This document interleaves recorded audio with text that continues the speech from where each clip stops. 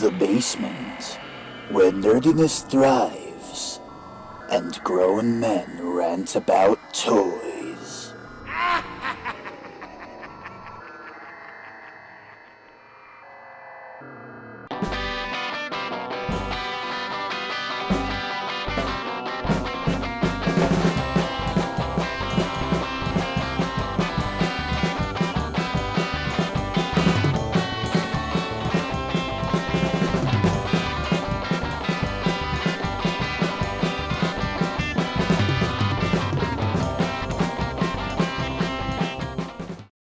What up, Dick Yo, Lickers?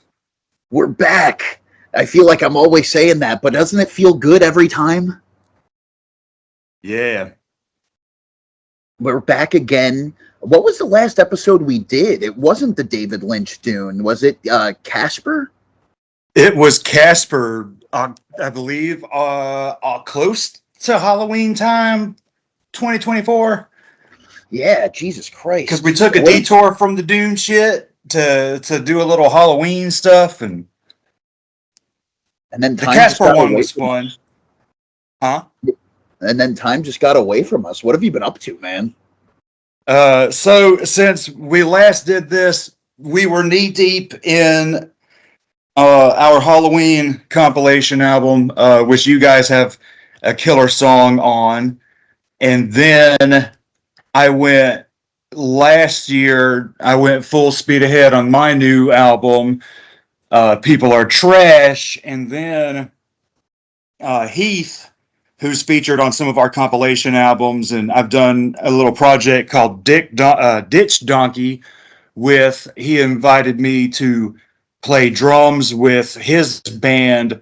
So last year I went not only knee deep working on my album, but learning their songs and playing gigs with those guys. And we're still playing to this day right now. Um, but I guess creative wise, that's about it. Right now, we want to do a Christmas album this year. And me and David, this was David's idea. He wanted to do a sort of a Juggalo parody compilation that we're working on. Nice. And so he's basically finished with his part, and I've just barely started. Like, though it takes me, I procrastinate too much, but I have some lyrics worked out. We did one song together that I released close to Halloween last year. Um, Sort of as like like a test run of the project. But yeah, so far creatively, that's everything. Nice. I remember the Christmas album being an idea that's been on the back burner for a while now, because I know you did the Christmas Dumpster Fire, which was awesome. The Holiday Dumpster Fire compilation album. And yeah, if you ever need another like Christmas song or something like that, I do have one on the back burner from me and my buddy Jarrett. And I appreciate what you said about our song, because again, that I've mentioned it on the podcast before. That was our first time really just stretching our legs and trying something out. And last night, like you even saw, I was sending you some of the stuff I was practicing on acoustic. Been trying to get more experience on drums as well. I found a real connection with it, so trying to get my reflexes. Yeah, if y'all want, definitely do a Christmas song for the one coming up. We already have like a one that we threw together on the fly, like just like a joke demo, so we could always like tune that up or like refine it and give it a proper recording. Yeah, hell yeah. Yeah, that'd be dope. Aside from that, like, yeah, within this, we were talking about before we started recording, within this 2 year span, it just kind of flew, like we just snapped by. Last time we were on the podcast, I mentioned that I was just like doing side work for Trauma, interning, and how I had been on the art department for the recent feature film that they're still currently putting together.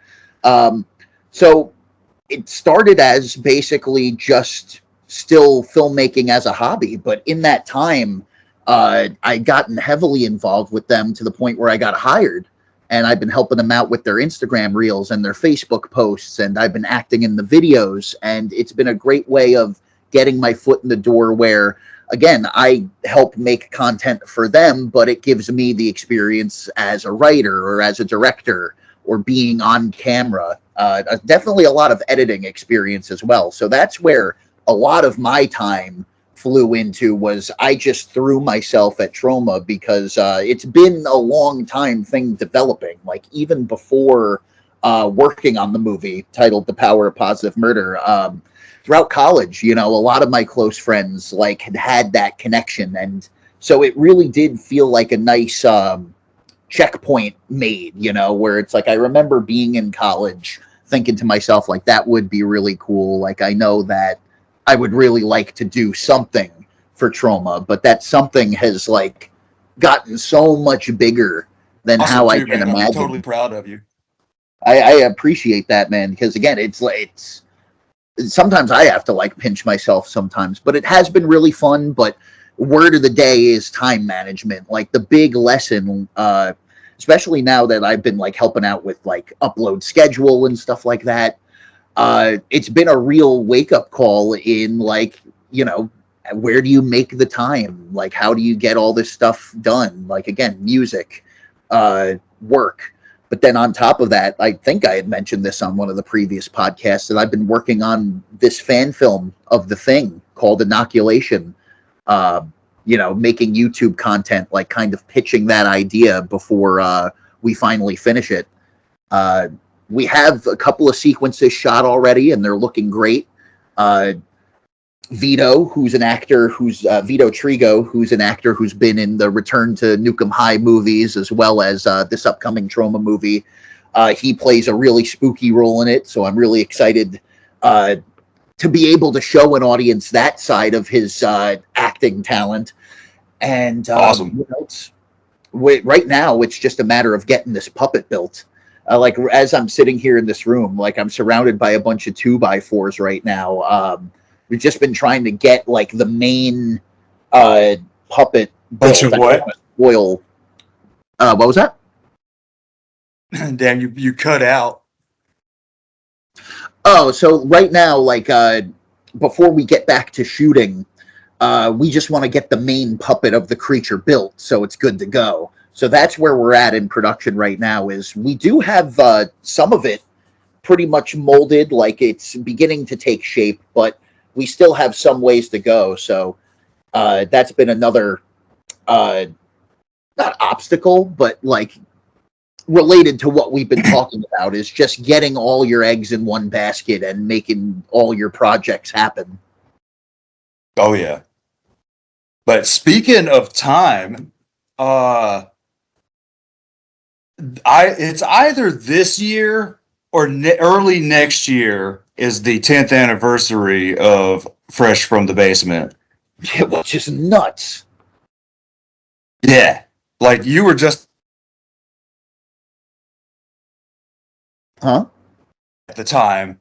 And what are you, like mid-20s now? Yeah, I'm 27. I'm Patrick Bateman years old, as I Dang. like to put it. Yeah, I just hit 40, dude. And again, like since we've done this as just for fun, you know what I mean? Like there are times where we have a good schedule going, but like we take these breaks. It's like it never really processed that like we were doing this for so long. And it's really amazing, again, that when you do look back on the older episodes, you do see the progress of, again, like we've still never seen each other in person, but like this connection has gotten stronger and stronger, and the collaborations still continue to happen. My God, like I look back on when we did the Roger Waters review and just like what a different person I am from then to now. For real. And I do have to thank you for that as well. Like we've talked about it in private, I of was telling course, him that we but were going like to do I've this, and he always was like, give appreciation that like you gave me like the first opportunity to like just come on and talk about shit that I like. That wasn't just my own YouTube content. So like this really was the first like meaningful creative collaboration. And I guess that's why I tend to overthink the schedule sometimes, is because it's like, yeah, I just want to keep doing this as much as frequently as possible. For real.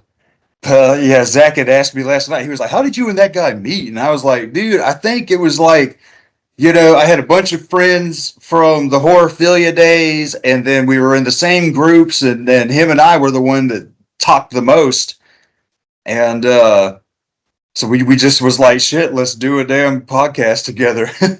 Yeah, it started from, another podcast Facebook group, basically. Yeah, it was Horophilia, it was the Skeleton Crew, Banana Laser, like that. I had been on such a big kick with them, and they were like the first podcast. Like, what's special about them was, you know, being able to actually interact with them, you know what I mean? And being able to comment Yeah, on stuff and having them like they respond. And never felt like none of those guys felt too cool to talk with the fans. yeah, no, and getting them involved to start their own shit. So we just became part of Horophilia through Horophilia. And then beyond that, like, yeah, I remember our earliest interactions. I just noticed that you were liking a lot of my stuff. I had seen some stuff that you were posting. And I think just like this mutual curiosity, just like spark, like, who's this Jones guy? Who's this Frank Del Vecchio? You know what I mean? Yeah, yeah, yeah. Yeah, I Because remember yeah, we the were first thing like was talking about Beetlejuice. we were talking about cool action figures. What the fuck? Oh my god. Cat is Cat's going crazy. Yeah, we were talking about action figures and then it turned into let's do a podcast. Right, and that's still funny that we still have that intro because I always mention this. Like, we've still never actually done an episode on action figures. That was the gist, was like, because we were big on the top tens, and then we just started getting silly with it. Like, we're going to do top seven. But one of the ideas was like, oh, yeah, action figure sets that we would love to see. And that never really came to be. Yeah. But I do kind of love that as an inside joke, that it's like, this is where grown men rant about toys. Kind of not really. Yeah. now it's rant about nerd shit. Well, yeah, it's basically pop culture Yeah, in general. exactly. So are we ready to get started? Yeah, dude. Well, again, this has been 2 years in the making, and it's rather fitting, actually. Like, the stars kind of align that we decided to do this again because the third Dune movie is upon us. Like, it's coming pretty quickly, and I'm hyped as fuck. Like, it. I think they're gonna stick the landing. Yeah, you would cut out again. My bad, but I'm hyped for Dune Part 3. I guess it doesn't come as a surprise that they didn't actually title it Dune Messiah, but I was kind of hoping that they would. But Dune Part 3 I'm works. fine with it. I'm totally fine with it. Because it kind of makes it feel more connected to these as opposed to if they'd have done the subtitle, it would have felt like a spin-off, if you know what I mean. Absolutely. I could see that. It wouldn't have Well, felt as like, this is the Paul trilogy, you know what I mean? Yeah. But like we always do, before these podcasts, we ask you guys what your thoughts on the movie are. And I swear Facebook is at a point now where any kind of promotional, a self-promotion post gets buried in the algorithm. Yeah, And I would see that. it's definitely gotten worse. Like we'll post, little reels or posts about upcoming gigs, and they will get no sort of traffic. But so finally, I said in a few hours, you're running out of time, basically. But Samuel Wetz says, I recently watched Dune Part 1 and 2 last month. My quick thoughts on Dune Part 1 are this. I didn't love it as much as other people. I felt it kind of dragged at some points. But it had some really solid moments, and I liked it enough to check out Part 2. I'll be curious if I may like it better once Part 3 comes out, which I'll definitely be seeing in theaters. Fire.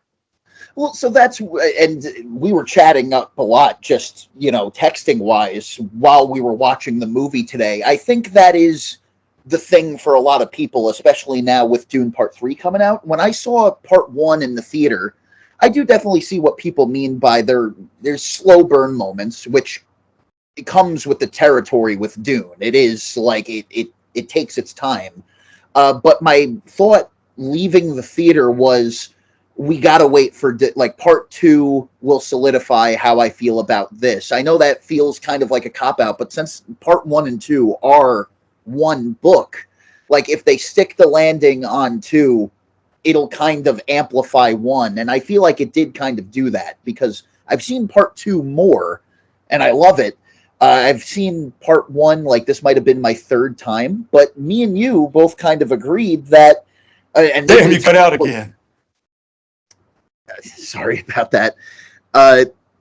It seems that we're riding off the Lynch movie here, so I felt like this flowed really well. Like even the slower moments didn't drag this time around.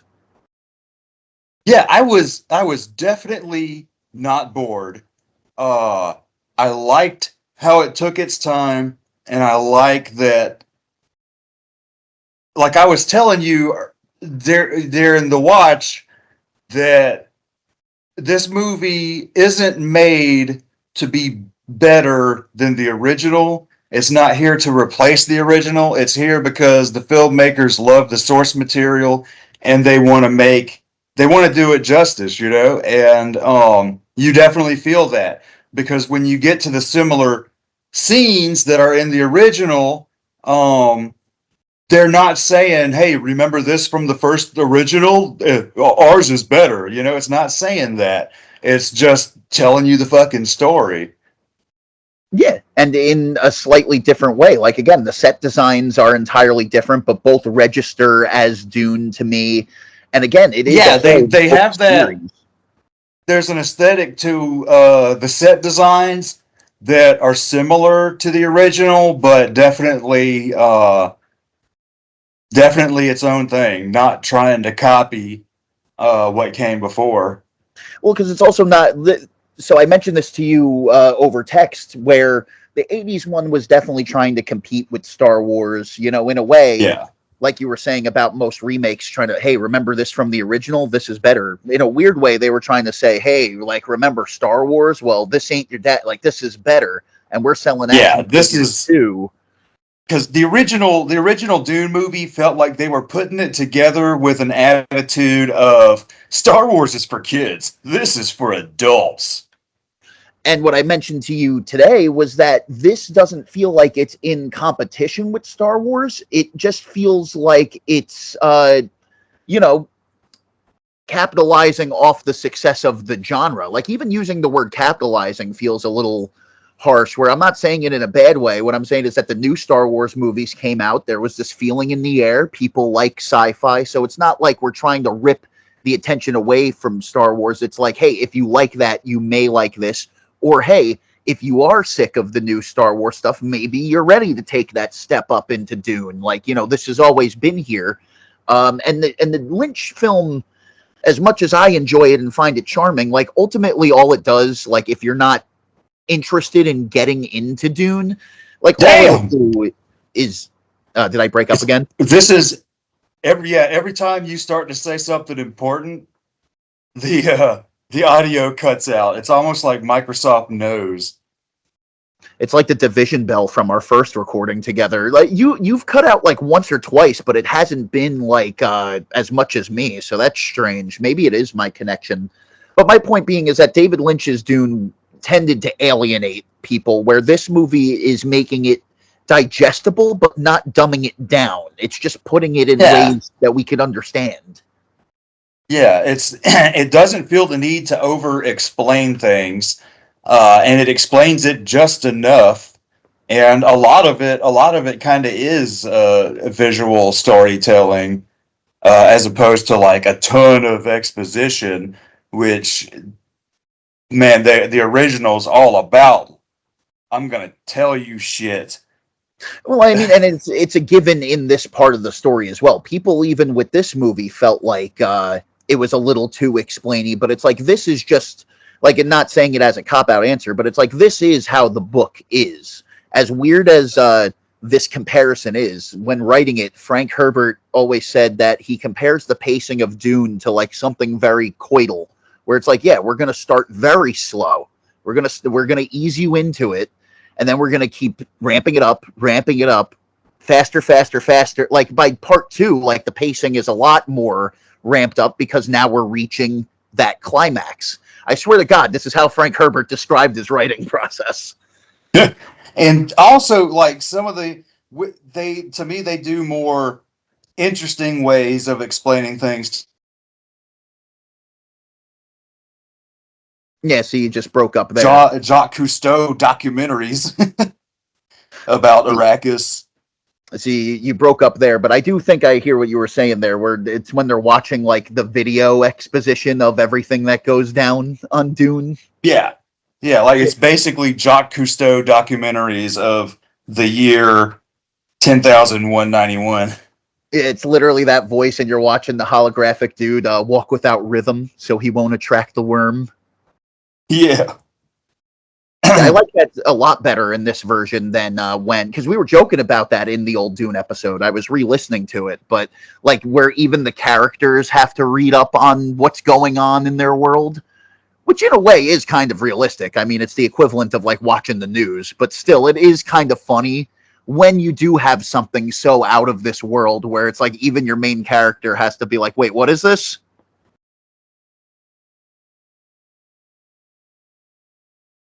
God damn. Was I in that whole thing? For last couple seconds. We'll have to chop up this episode. But and so one thing I had mentioned to you, and I was like, I'm gonna save this for the actual podcast. Is on top of this, with sci-fi being popular right now, and sort of allowing this version of the movie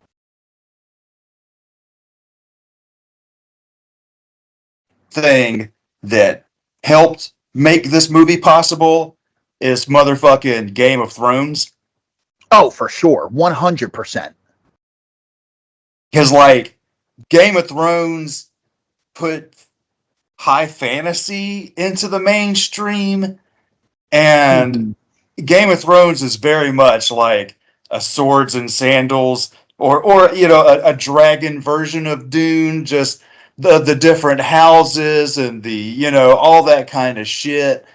A lot of similar beats, and I think when Game of Thrones blew up like it did, they've been trying to make a definitive version of Dune for years after the original, and there was that TV movie version. For the sci-fi and I channel. think that yeah, and I think that I think that when certain people sat around and were like, well, maybe we can do this now. People are ready for something like this. And I'm glad that when this came out, because it was like, even when the trailers were first coming out, it was like, man, this is either going to blow up or it's going to be a fucking bomb. Yeah, even David Lynch, which again, we've been talking about how this movie itself is not trying to be competition.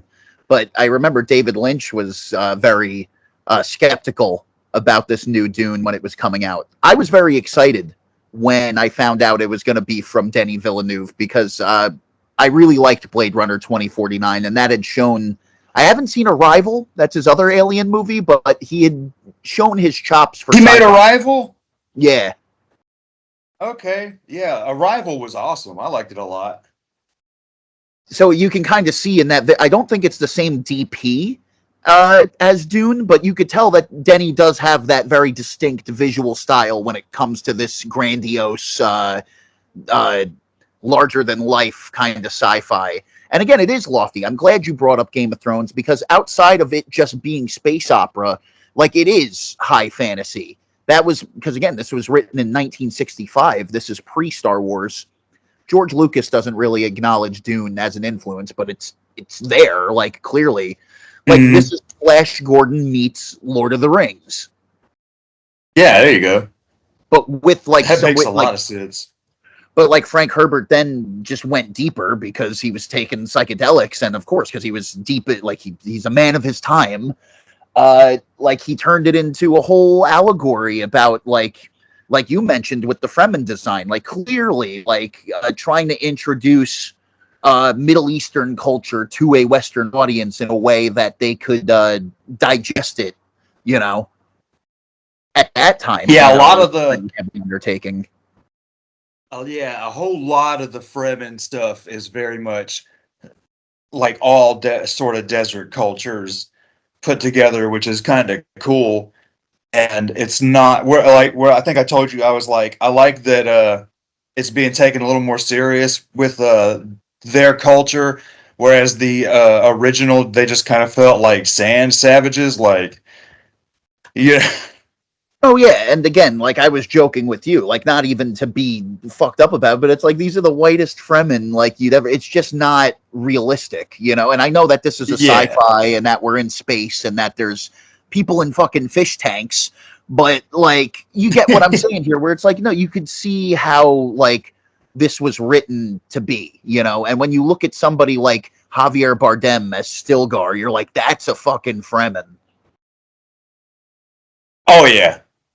And also the music. We talked about the director. The music was made by the legendary Hans Zimmer, which I thought was pretty cool. It's not Toto. Definitely not Toto, but there are still electric guitars, which I was surprised by. Hans does love his electric. Epic bagpipe tracks.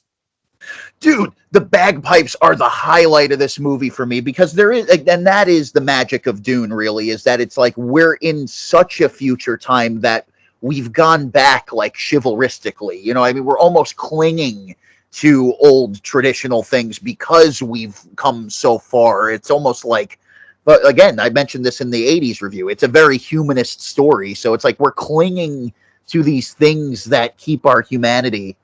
And another thing that's interesting, speaking of electric guitars and Hans Zimmer, that bagpipe track for the Atreides, when they're first coming out onto Arrakis, there's those opening notes where it's like, a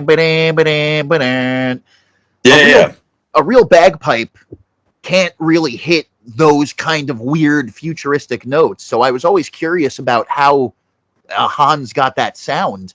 I had read recently that is actually an electric guitar with a filter on it. And then it goes into real bagpipes for, like, the main chorus. Very well could be. But I love how he thinks outside of the box like that to give you, again, it's clearly sounds that have started on Earth but now have developed beyond the stars. Yeah. And I was kind of underwhelmed with the score at first. Once you get to Dune Part 2, I think Hans really outdoes himself with the score and knocks it out of the park. But when this first part did come out, what I like with the score in this one is you get a lot of that kind of shit, but the moments I like the most were the silence, where you've got 100 spaceships coming out of the mothership, and you just get this sort of low hum and and all that, you know. Hypnotizing. Yes, it's just this one tone, like, ooh, and it gives you that. It's very 2001. Honestly, and one thing. It's funny that you bring that up. Is, well, before I even get into that, because we're still talking about the music. There's the low banging drums. Like, it tries to keep it a lot simpler, less lofty. And there's room for both. I think both are Dune. Like, there is still a part of me that misses that over-the-top space opera-ness. But for a modern movie for this day, and to get a wider audience in on it, it's like, yeah, the traditional drums, the vocals, it hits a lot harder in establishing these people. Yeah, hell yeah. And yeah, I always try to, when we do these, I always try to talk about the score, but I always forget. So I had to make a note of it, like, talk about the score. Yeah, there's some stuff that I have in my notes that are just straight up like written down notes, and then other notes that are just like mention this, you know. Um, Yeah. yeah, at the time I preferred the Toto score, and I still do love the Toto score. But if we're to consider just the Hans Zimmer Dune scores as a whole, like including Part Two, and again, not competition, but if we are to play compare and contrast, like yeah, Hans Zimmer really knocked it out of the park. And Yeah, again, because the thing is like the Toto score works for that movie. Put the Toto score to this, and it is not gonna fit. It like is not gonna work. if anything, only the prophecy theme would work, and even that would still be kind of out of place because of the recording quality and just yeah, different tone. And Hans Zimmer is one of those guys who gets memed on a lot because we talked about trailer tropes in the '80s Dune episode where he's responsible for a lot of those stuff. The Inception Blom, the ticking clocks, a lot of these things are the things that he popularized. So I like that he's owning his style still, but he's going out of his way to top himself and to experiment. Yeah. And he's one of them dudes that he scored a lot of shit. Yeah, A people lot, forget not that shit as in garbage, but just a lot of stuff. This man's name is on a lot of fucking stuff. a lot of people recognize him for his stuff that he does with like Nolan and Villeneuve and his modern stuff. Like again, that really like put him on the map for my generation. But it's like, yeah, people forget that he did the score for like True Romance and fucking Lion Lion King, King. dude. Yeah, like, and it's not that stereotypical Hans Zimmer sound that we're used to. Here, I think like he's honed his modern sound into something that does sound so specifically Dune. Yeah. And he even incorporated some more space opera-y stuff in there. Like it's not all just like traditional or like gritty sounding stuff. Like when the Atreides are being attacked by the Harkonnens, like he does play around with, if not a theremin, it is kind of like a old timey sci-fi kind of sound. Like when the ships are descending, you hear like a little doo doo doo, and it's like Yeah. weird. It's like that's dope. I love that. It still has that air of like '60s sci-fi. Yeah. So the movie, you want to go ahead and start going in frame by frame? Yeah, let's spoon this Dune. So this thing starts off with a narration, sort of just setting it up. Whereas the original, that narration, when Spooky Ghost Girl shows up and just has to explain everything and then disappears and then comes back and is like, I forgot to tell you this, and that, and then disappears again. As much as I love how ridiculous that is, I do appreciate the more quick, here's these people, this is what they're doing, this is why they're doing it, let's move on. Yeah, and it's Chani who's giving the opening narration this time around, which is a diversion from the book. Because I had mentioned in the last Dune podcast that Irulan and like quotes from her start a lot of the chapters in the book, but it gets you introduced to the Fremen right away. It gets you focused on what's going to be more important in this particular part. I just realized upon this watch around, because I have it playing on my TV, the first Fremen you technically see, or one of the first Fremen, is that Jamis guy who Paul ends up fighting at the end. So he's almost like our bookends here to like really give you a feel for the Fremen lifestyle. And again, having Chani do the opening narration, it doesn't take you out immediately. Like she's not looking directly into the camera. She's not fading away. It's already kind of giving you that Again, it's just showing you B-roll of what life on Arrakis has been like under Harkonnen rule. Yeah. So I think that was done really well. Wait till part 2. Like, it's not like she's looking at the screen and fading away, but Irulan will be doing the opening narration for that. So it kind of lends itself to a point that I was texting you earlier today, that the changes that Denis Villeneuve does make to the book are not made in sort of a confusing way, like the David Lynch movie. Like, you could tell David Lynch like read the book for the production and he wasn't really like a fan, and that confusion sort of translates into the acting and the delivery and the whole blocking of the thing, as fun as it is. Here, Denny knows the universe. There's a confidence that comes off the screen where when he makes changes, it again, he's confident in how it'll work for the movie and how to dole out the information of the story. Like, even in the dialogue, like, there is some stuff ripped straight from the book, but even like just a simple paraphrase or just removing some of the more extended moments of the line, like, casualizes it and makes it more digestible for a common audience, again, without dumbing it down. And before even Chani's opening narration, before even the production logos, there's that deep voiced fucking throat singer guy, and in subtitles it says "Dreams are a message from the deep." So that kind of, like, already, much like in a 2001 sort of way, comparing it to Kubrick again, it's almost like when you open up on that black screen, it's like before the movies even began, it's already kind of feeding you vibes and information. And again, who knows how this will affect the third movie? There's already people making wild theories that, like, well, who was that guy narrating, like, in those first 2 seconds? Is that Paul's son? Is that the worm god? You know, so it already gets you thinking about, like, the future prospects for sequels. But I do think just the whole opening is rad. And that final shot of the Harkonnen ships leaving the planet right before you go into the title card, like, it's beautiful.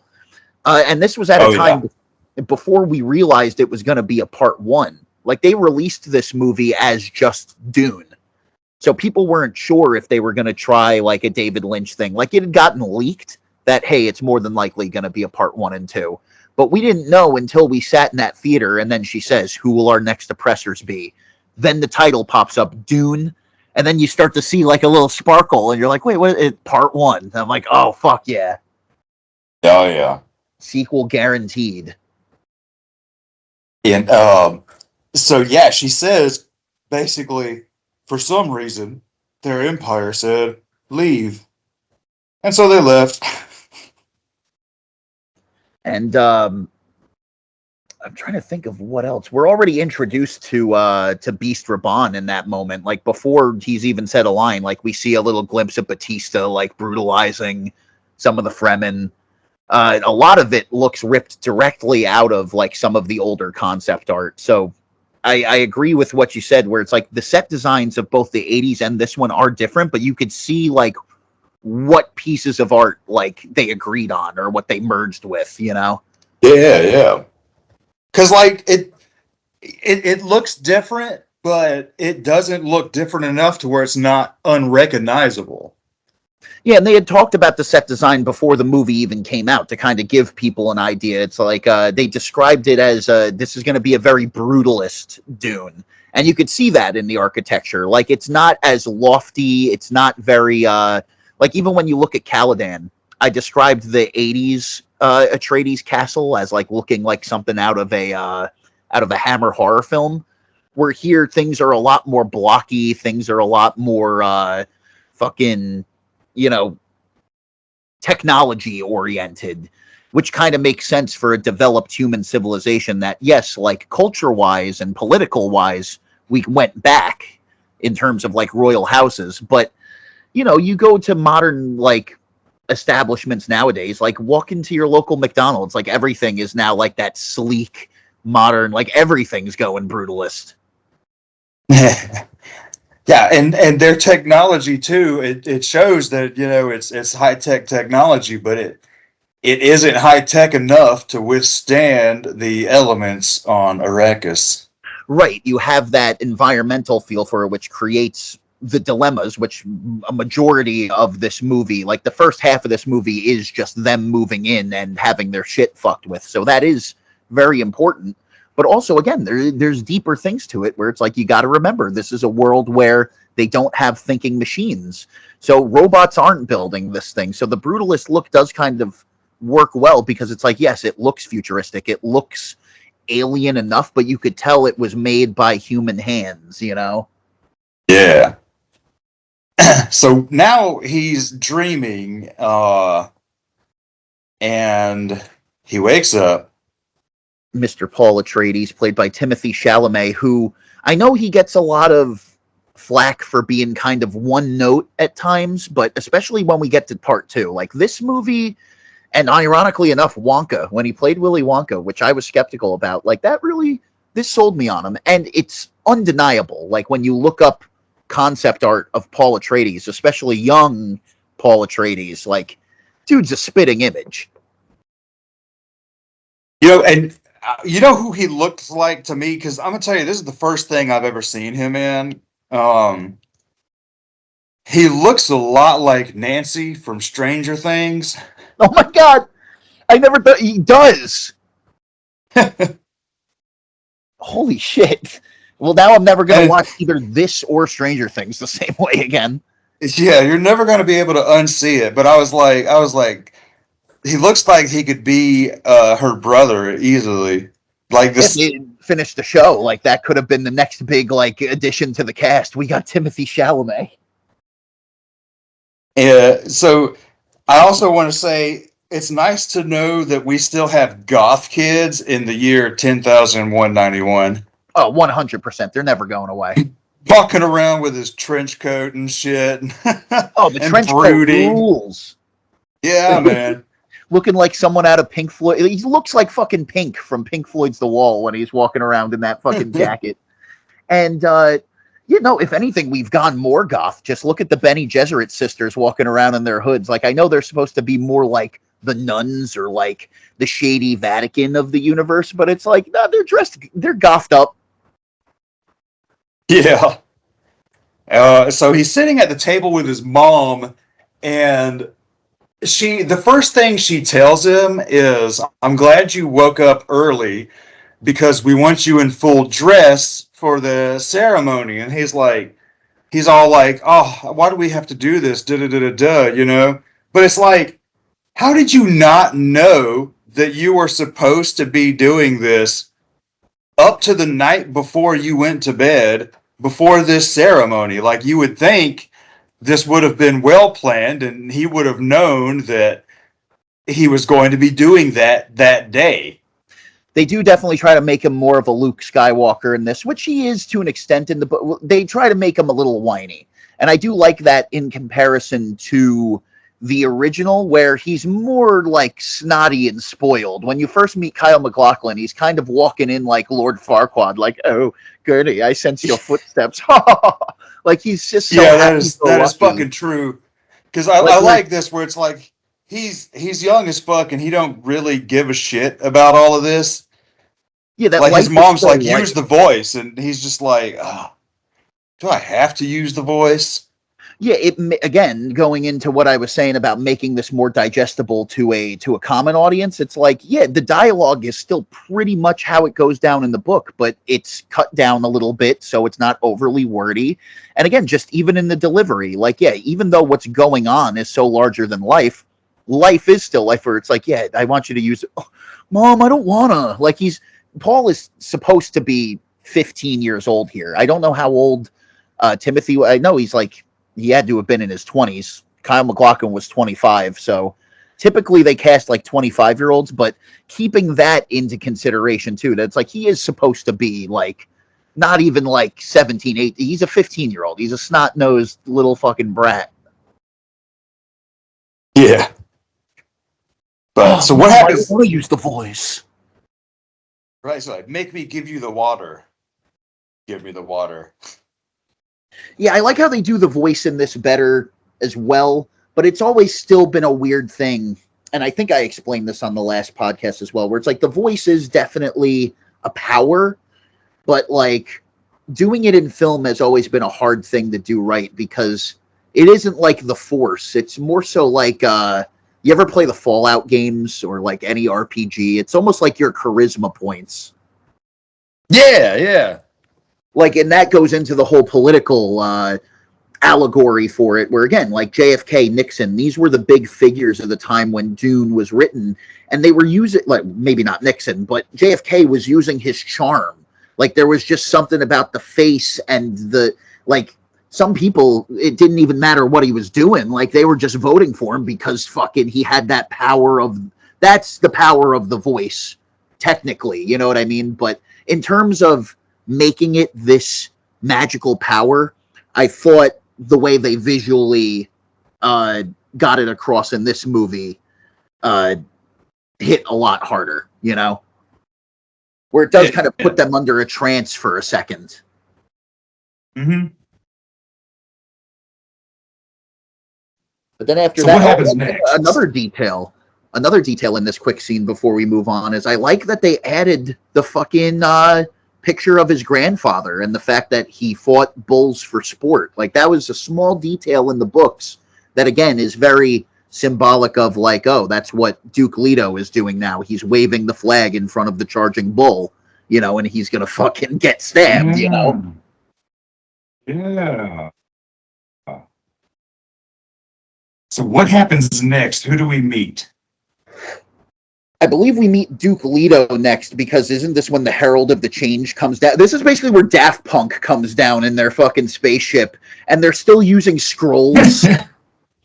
I love that. They're still using fucking scrolls and stamps, and they still have, like, that dude, like, really set. This is the most theatrical it gets, where he's like, House Atreides, do you accept? Yeah. Immediately, you are to go to Arrakis and rule.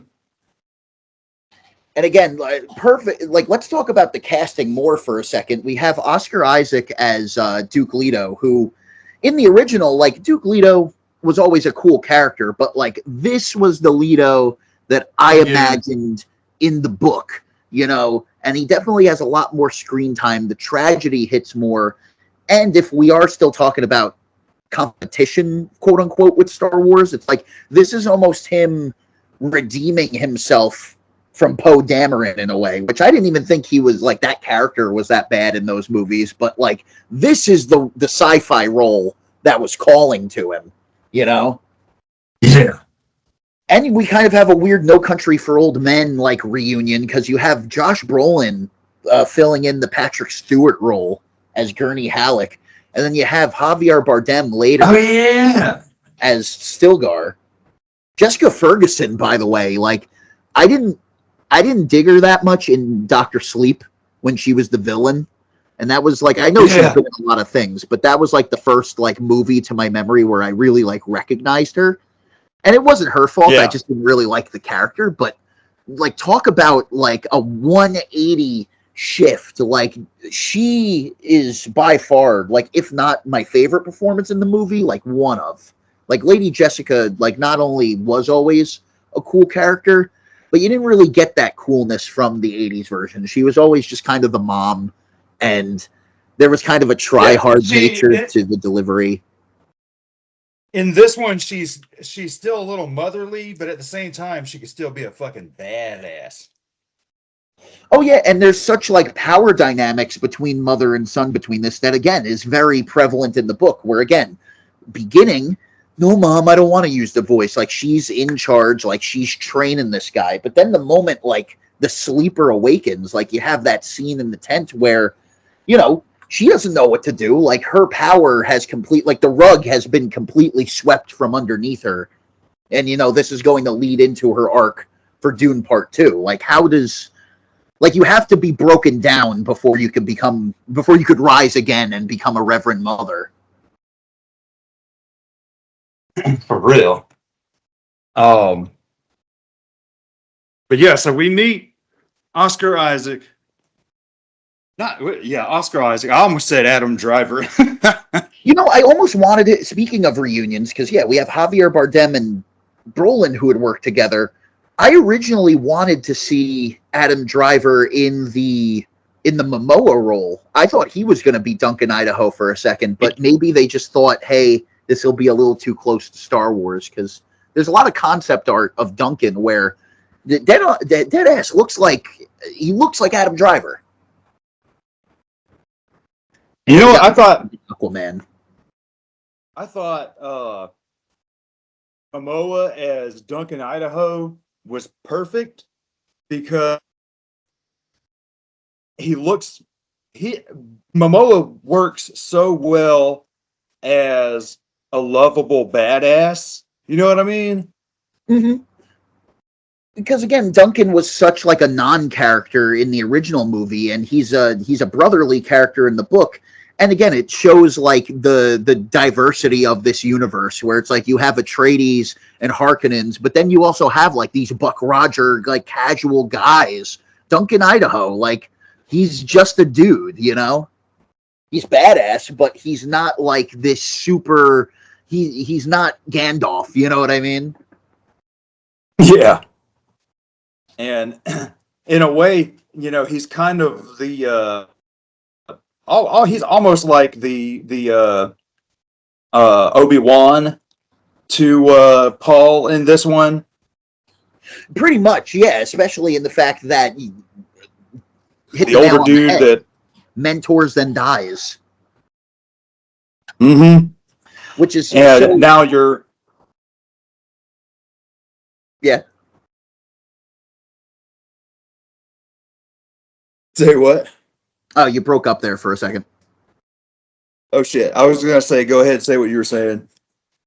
Oh, I was worried about Momoa's casting at first, just because he was one of those dudes who was showing up in everything. He was in Game of Thrones. He had done that Conan the Barbarian remake, but over the years, he has really stepped up as an actor. So I'm with you on Duncan Idaho. Where now I'm at the point where I can't imagine him as anybody else, especially because if you know about the future Dune series, it's like we're technically going to be seeing a lot more of this guy. So I think that had fans worried at first who weren't as familiar with his acting, you know, that were like, oh God, like Duncan Idaho or, you know, different versions of him end up becoming very important as the series progresses. So even though right now he's just a supporting role, like he becomes one of the more significant characters in the whole series, or at least he becomes almost like the C-3PO, where it's like this guy just keeps popping up. I don't want to spoil like how, but like if you watch the Dune Messiah trailer, it's like Momoa's in it. He's back. Now as a blue force ghost. Possibly. I won't speak any further. So, blue-eyed ghost for sure. So Momoa shows up, and Momoa shows up, and you see that him and Tom.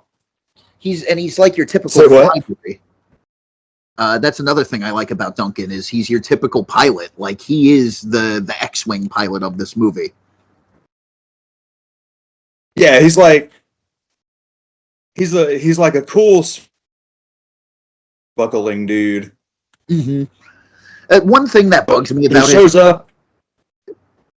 Yeah, sorry, you first. But he shows up, and you can see the connection. Paul, you know, it's like, all right, Duncan. He's like, all right, what up, my boy? But go ahead. You said a thing that. It's a small detail that bugs me about this introductory scene to Duncan. But, like, you ever notice he keeps tapping his fucking shoulder, like, constantly? No, I didn't notice that. Like, it was something that was like a joke in the trailer where he's like, oh, look at you. You put on muscle. And it's like, oh, really? No. And then he gives him, like, that little back slap. But, oh, yeah. you could do like a small drinking game. Like, I don't know if it was just the blocking. I know they're trying to show that they're chummy, but he does like that shoulder slap like 3 to 4 times. Yes, I didn't notice. Not really. Nope. But I don't know. I figured he had the funniest lines. Yeah, he's definitely I don't think anybody in this movie is like the comic relief, but he's the closest one too, where he is like Paul is a vehicle for the audience, but he's definitely like, I'm going to be the one who's saying what the audience is thinking. Yeah. And Paul has a vision. It goes into his dreams where he's like, I saw you die in battle. Gurney, you got to let me come to Arrakis with you early. And he's like, nah, I can't let you do that, bro. Your parents would Yeah, he's like... he said, you're trying to get me court-martialed? Like, your parents would kill me. Yeah. Yeah. He's like, I saw you dead. He's like, look, dreams are dreams, man. You know, real life is where you make things happen. And I do like how chipper he is about it at first. Like, you could tell he is that. I mean, number one, they flat out say it, like that he's the shoulder to cry on, where he's like, could I trust you with something? He's like, of course, I always can.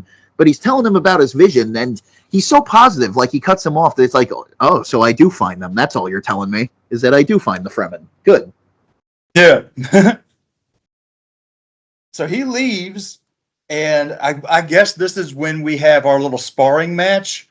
Where in the original, when they turn on their shields, and it's that hideous square people shit. Yeah, I love it. It's part of the charm of the original. But yeah, I kind of like what they do with the shields in this one. It kind of makes a little more sense. They get the blue over them for a second, and then you don't see it unless it gets hit. Yeah, and it's got a satisfying like little clicking noise when it goes on, so like, and again, that hum, it goes into the musical score. And again, yeah, it's one of those things, talking about creative choices and changes from the book between David Lynch and Denis Villeneuve, where fuck man, what was I gonna say about the changes? Shit, I had it right there.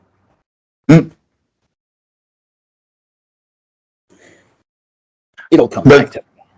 Yeah. Either way, my point was that the changes help, again, to not alienate the audience, where when you see that shield effect in the original Dune, as goofy and fun as it is, like you said, it immediately takes you out. It's the same thing as like the princess fading away and, oh, I just forgot. It's like, these are funny, but why? You can't help but, I'm sure it looked amazing back in, the 80s, as well as equally goofy, but it, at least in this, is. Yeah, and it makes more sense. It's like you don't know that. I guess Tron just came out, so we have to do this too. Yeah, pretty much. But it's like Minecraft the movie, where here, like, you get the gist that it's a shield, you see the red and blue occasionally, but then once it's on, like, it's on. It, again, something about it just makes more sense. And again, the dialogue. Yeah, it's like you see it turn on and then it goes away. But then they're doing their little sparring match, and he's like, "This blade can penetrate your shield." And so it's like, so then what's the point of these shields? Make ones. It goes into the whole fighting style of the melee weapons, where they do have. I'm trying to find a way to explain it, where it's like it is basically like classic swordplay, but they do have like specific fighting styles made like for the shield, because it's the slow blade that penetrates the shield. So it's like you do have time to protect yourself, because like if you're just fucking swinging, like it's gonna just deflect off. For real.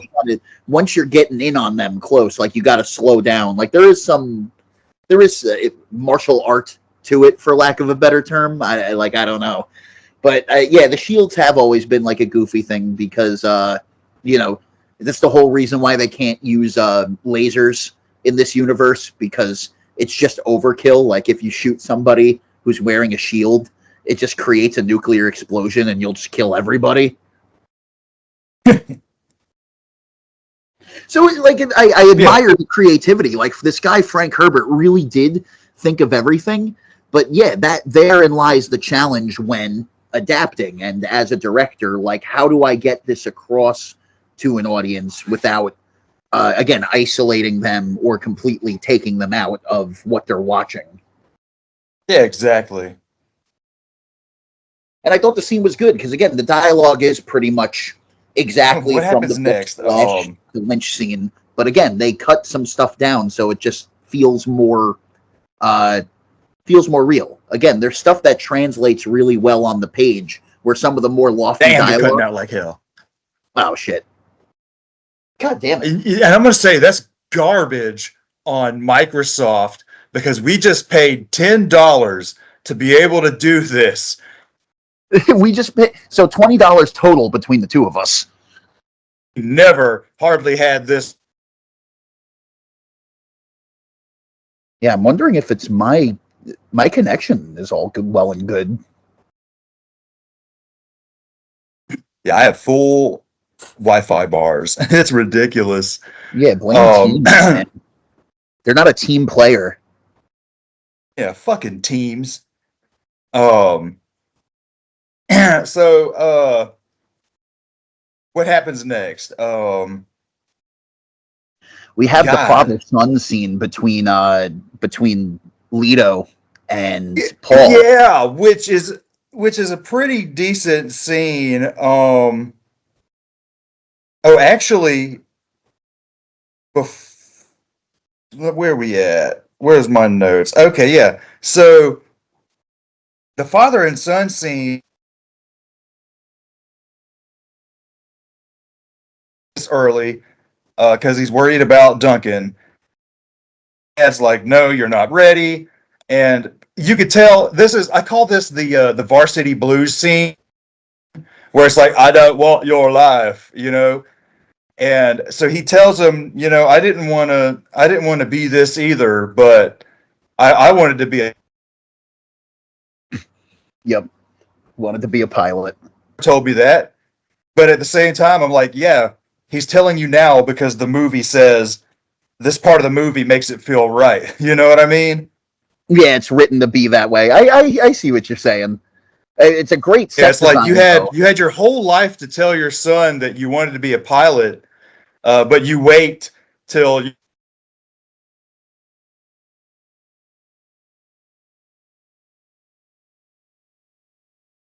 it's like a bit of a manipulative move in a way.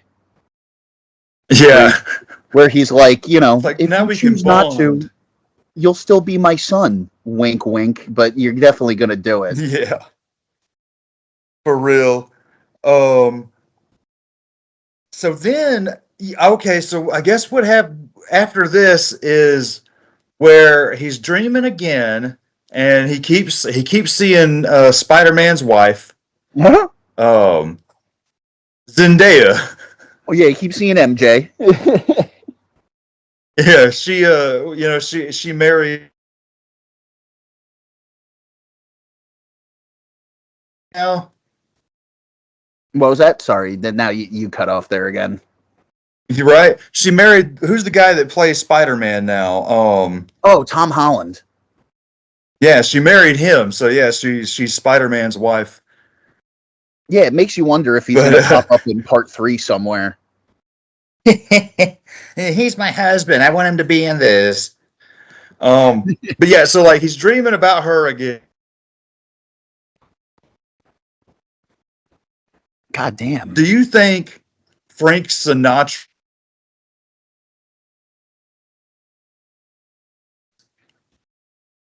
Hold up a sec. What did you say about Frank Sinatra? I was gonna say, do you think Frank Sinatra is from Arrakis? How so? Like, because they all called him Old Blue Eyes. God damn it. He was the So original. bad. He is the Lee So Sun Al bad. Gaib. Such a bad dad joke. Holy shit! Quick with But that so one. his mom wakes him up in the middle of the night. It's raining, which I think was kind of cool. It's raining, and the ship lands, and that old lady gets out. His mom wakes him up in the middle of the night. She's like, "Come with me," you know. Uh, puts him in the room, and they do the fear. Yeah, they do the And she pain puts the box little poison scene. needle. Yeah, And puts the needle. Do what? before that, before they go inside and do the pain box scene, we're also introduced to Yui again, which he still Yeah, has he still has like the little tattoo in between his eyes, like the guy from the original, but completely different casting. And I love this dude in this version.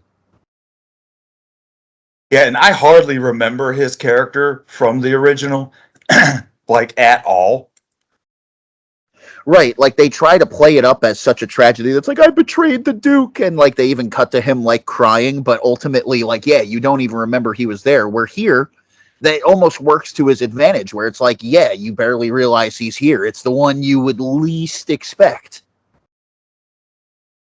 Yeah, the only time the moment I figured it was like, all right, like in this version, you could tell he's up to something is when he fucking gives Paul um his little water drink before bed. Yeah, that's definitely yeah. I mean, And it's also like, just the blocking of that. Like yeah, nothing about that sounds trustworthy. Just drink it. yeah, yeah, it's like, yeah, he's up to something. Well, even before too, when But he's like with checking his vitals, he's a little shady, but it seems like he's looking out for Paul. He's like, oh, just be careful with the Bene Gesserit. Like they serve their own purpose. mhm. And I love how he says, like, not no disrespect to your mom. Like he says something along those lines. But it's like he Yeah, had to check himself there. He's like, yeah, no, I ain't trying to say nothing about your mama. and that to me, all of this, the more this movie takes its time, it makes everything that happens to and with certain characters a little more impactful because it's not rushed. Like in the original, it's like the original is just boom, boom, boom, boom, boom, and it's over. Well, And yeah, in because this one, it's you need to leave space for guys who like fart planets out of their vagina mouths and stuff like that. Like you notice how we haven't seen any of those guys yet, like at all.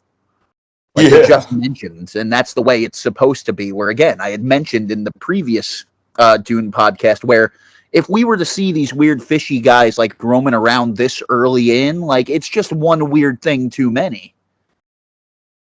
yeah, And you're right, yeah, that everything is so boom, boom, boom in the original Dune, where it's like the moment you're introduced to Wellington Yui, like the next scene, he's betraying them. So you're kind of like, oh wait, what did they do this? Oh, he's dead. Okay.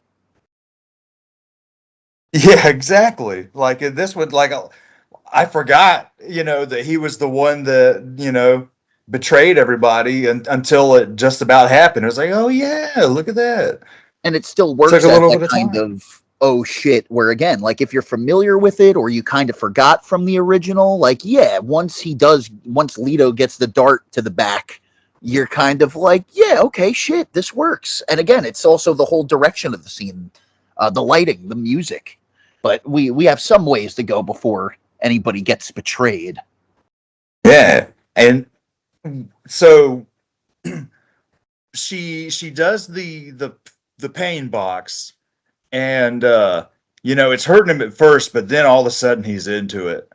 And he's He's like into loving it. He's loving it. She has it's like, all right, thanks a lot, old lady. Now you've turned him into a masochist. it, which is exactly what we wanted, but not wanted. Yeah, because And afterwards she's bitching out Jessica about it, where it's like it's the same scene from the original. You just had to have a boy, didn't you?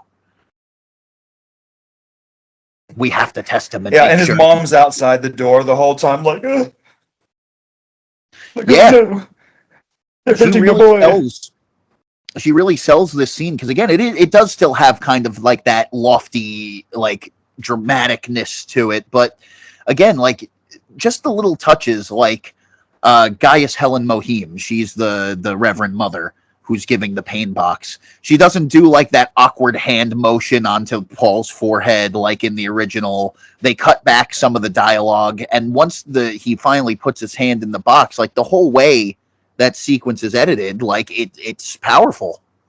Whereas in the original, like it's cool, but it ultimately just ends with the pain. Seriously. Like So him then we not get saying anything like is very much more like you have like what you mentioned before, that classic Dune chant, like he's staring her in the eyes and you get that Wah-hee! Like again, and you don't have the inner monologue going on either. Like I can imagine this being David Lynch's Dune, where Paul's staring into her eyes and then you just hear like, I'm doing it. I'm passing the test. yeah. Like you could just get everything across with the looks and with the direction of like you can get what they're thinking without having it be told. Yeah. So we get our first look at the uh and yeah, he looks gross. But it's what is it? Stellan Skarsgård is playing him. You're So there's your Skarsgård, ladies and gentlemen. This family has made a career out of playing crazy, weird looking characters. Yeah, and for a while it was like rumored that because of this like running gag, if you will, in the family, not really, just their acting talent, uh it was rumored that Bill Skarsgård was gonna be the Sting role for part two. Ultimately that didn't end up happening, but I could see that. I could see it. That would have been cool. And I like that he's not like because again, the whole thing with like the Baron having boils was completely made up for the 80s movie. It was just meant to be like a visual representation of his disgustingness. The Baron's always let's just been, have him look as nasty as possible. the Baron's always been a weird character to adapt because there's a lot of stuff that he does that is just over the top, like anatomy of evil type thing. Like he is the epitome. And when he Mhm. No, you first. shows up, all huh? I didn't say anything. Yeah, when he first shows up, when he first shows up, the way they have him framed looks like that classic Alfred Hitchcock. Yes. Yeah, and they do a new design with them too, where in the books and in the mini series, all previous adaptations, the Harkonnens were always like red haired, very Scottish inspired. Like makes me think of Henry the Red from Army of Darkness. Where here, since Yeah. the planet they come from doesn't have a sun, they put that into the design where they're bald albinos, which I felt like was a little too similar to Star Wars, but it's something I got over very quickly. Because again, it does make sense that it's like, why would they still be developing hair follicles if they don't have like sun or like, the right exposure? Yeah, they're all looking like Immortan Joe's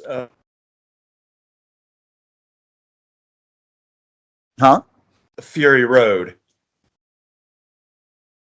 Broke up one more time. God damn. Oh, they all look like Immortan Joe's children from Fury Road. Absolutely. Yeah, they do. And that's I guess that was another thing that maybe subconsciously stood out to me, is that it's not necessarily the most original design for villains, but it still gets the point across. And again, Stellan Skarsgård compared to the original Baron, he gets the meticulousness of this guy down a lot more. And we have to keep in mind that this is a PG-13 movie. Like a lot of the stuff that the Baron does or is said to have done in the book is hard R shit. Like the dude is your stereotypical elite in power. So it's not just that like he's overweight, it's that, you know, everything is in excess. Like, dude is also, you know, a pedophile. Like, that's why you have that weird scene in the Lynch version where he pulls out the kid's heart plug and then you don't really see what he's doing to him. Like, it's just kind of implied that he's murdering him. Like, that was always Yeah. something about the book that it's like, how do we show this? And then in part 2, there is like an implication that, you know, it's a blink it, well, not blink and you miss it, but it's a quick moment where you're like, okay, yeah, he still does have like a little bit of that in him without going completely over the top. Because in the book, like, we're not even introduced to the Sting character yet in part 1, but that character, Fade, who's the cousin to Batista's character, like in the book, he's pretty much like, it's disgusting. He's been like grooming this guy like his entire life, you know. And this is his nephew. Yeah. And that's the thing, like the costume designs are very frilly for the Harkonnens in the book, where it is very Shakespearean, where he intentionally kind of like tards around his nephew in like these flamboyant clothing, and it makes for like this weird, on both ends, both Fade and the Baron, like this weird psychopathic threat, you know, where it's like they do have the power, you don't want to fuck with them, but then you're also damn. It's insane. So you think about like this movie's already so long and been split into like, oh, did I break up? Is that what you're saying? Goddamn. Nah, it was somebody just drove past or down the road here, blasting some fucking. Because I was about to say the goddamn was still really appropriate. I'll be surprised if that is not recorded on here. Yeah, I'm gonna listen back to it later because it's still ultimately like fit. Like, that's how I react to the fucking Baron's deeds. Like how he describes it in the book. He's like, he just has plans within plans, and like everything. Like even when he says in this introductory scene, Batista's pissed. Like he's screaming, "How could we let the Emperor take all this stuff from us?" And he's like, "When is a gift not a gift?" Like he's always thinking of like the next part of the plan or the next cog in the machine. Yeah, he's like, don't worry, we've got something up.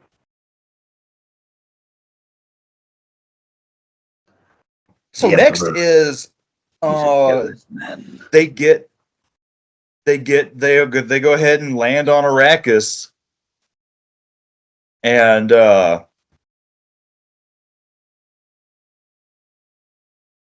people out there chanting their word, and Duke Atreides comes out, and they're all standing there, but they're standing there waiting.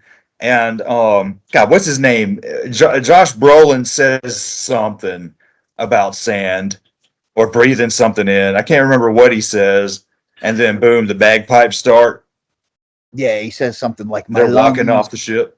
Taste the sand of yesteryear or something like that, which is a very Gurney thing to say. Like he likes to throw in his little poetic quotes throughout the movie. Yeah, like like it's like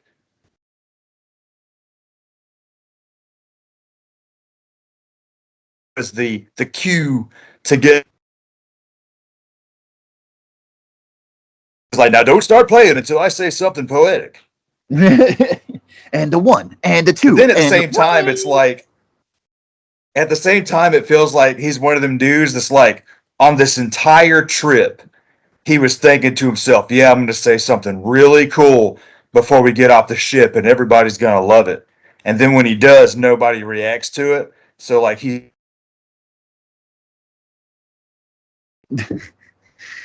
Oh, so that's why he's so grumpy. Yeah. But yeah, they land. But yeah, so they get there. Paying attention to Paul. They're screaming Lisan Al Gaib. They meet up with Thufir, who's the Mentat. And I like how in this movie, instead of having the over-the-top eyebrows, which is something that was in the original art design for the book. Instead, they have like the markings on their lips, and then their eyes flutter back and go almost like deadite white when they're doing the calculations. Yeah. That It was a looks neat less way of getting ridiculous. across. Yeah, it just feels like something that's like, hey, these are things that these guys have developed to do. It's like a film goes over their eyes. Yeah, it looks way less ridiculous. Oh yeah, and I'm trying to remember that But actor's name too. Like he's really good, and he was pretty like spot on casting for Thufir because they definitely like scaled down his design. He's not walking around in like the over the top fur coat. Like I like that there is this fantasy element of like how Paul and fucking the Duke dress. But then when you look at the Atreides soldiers, it's like, no, yeah, they're just modern, like militaristic dudes. yeah, pretty much. Um, so, and you're talking about the guy that looks like James Earl Jones? Yeah.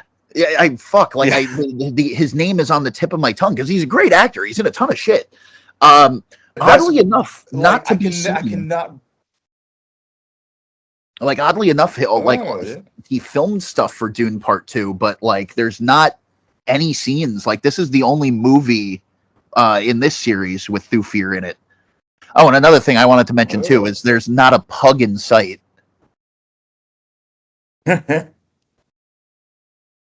There's not It's- one Atreides royal pug in sight. for real, what a detriment to this film. Yeah, 0 out of 10 failure. Not this thing, and this thing gets to get Oscar nominations. What a sick joke. No puppies. No puppies. Listen, So what me and happens next? Is this when they're just showing them around the complex? well, and this is what this half of the movie pretty much becomes is like an episode of Cribs Arrakis edition. Like, yo, welcome to your new home. This is what you're gonna have to Yeah. do.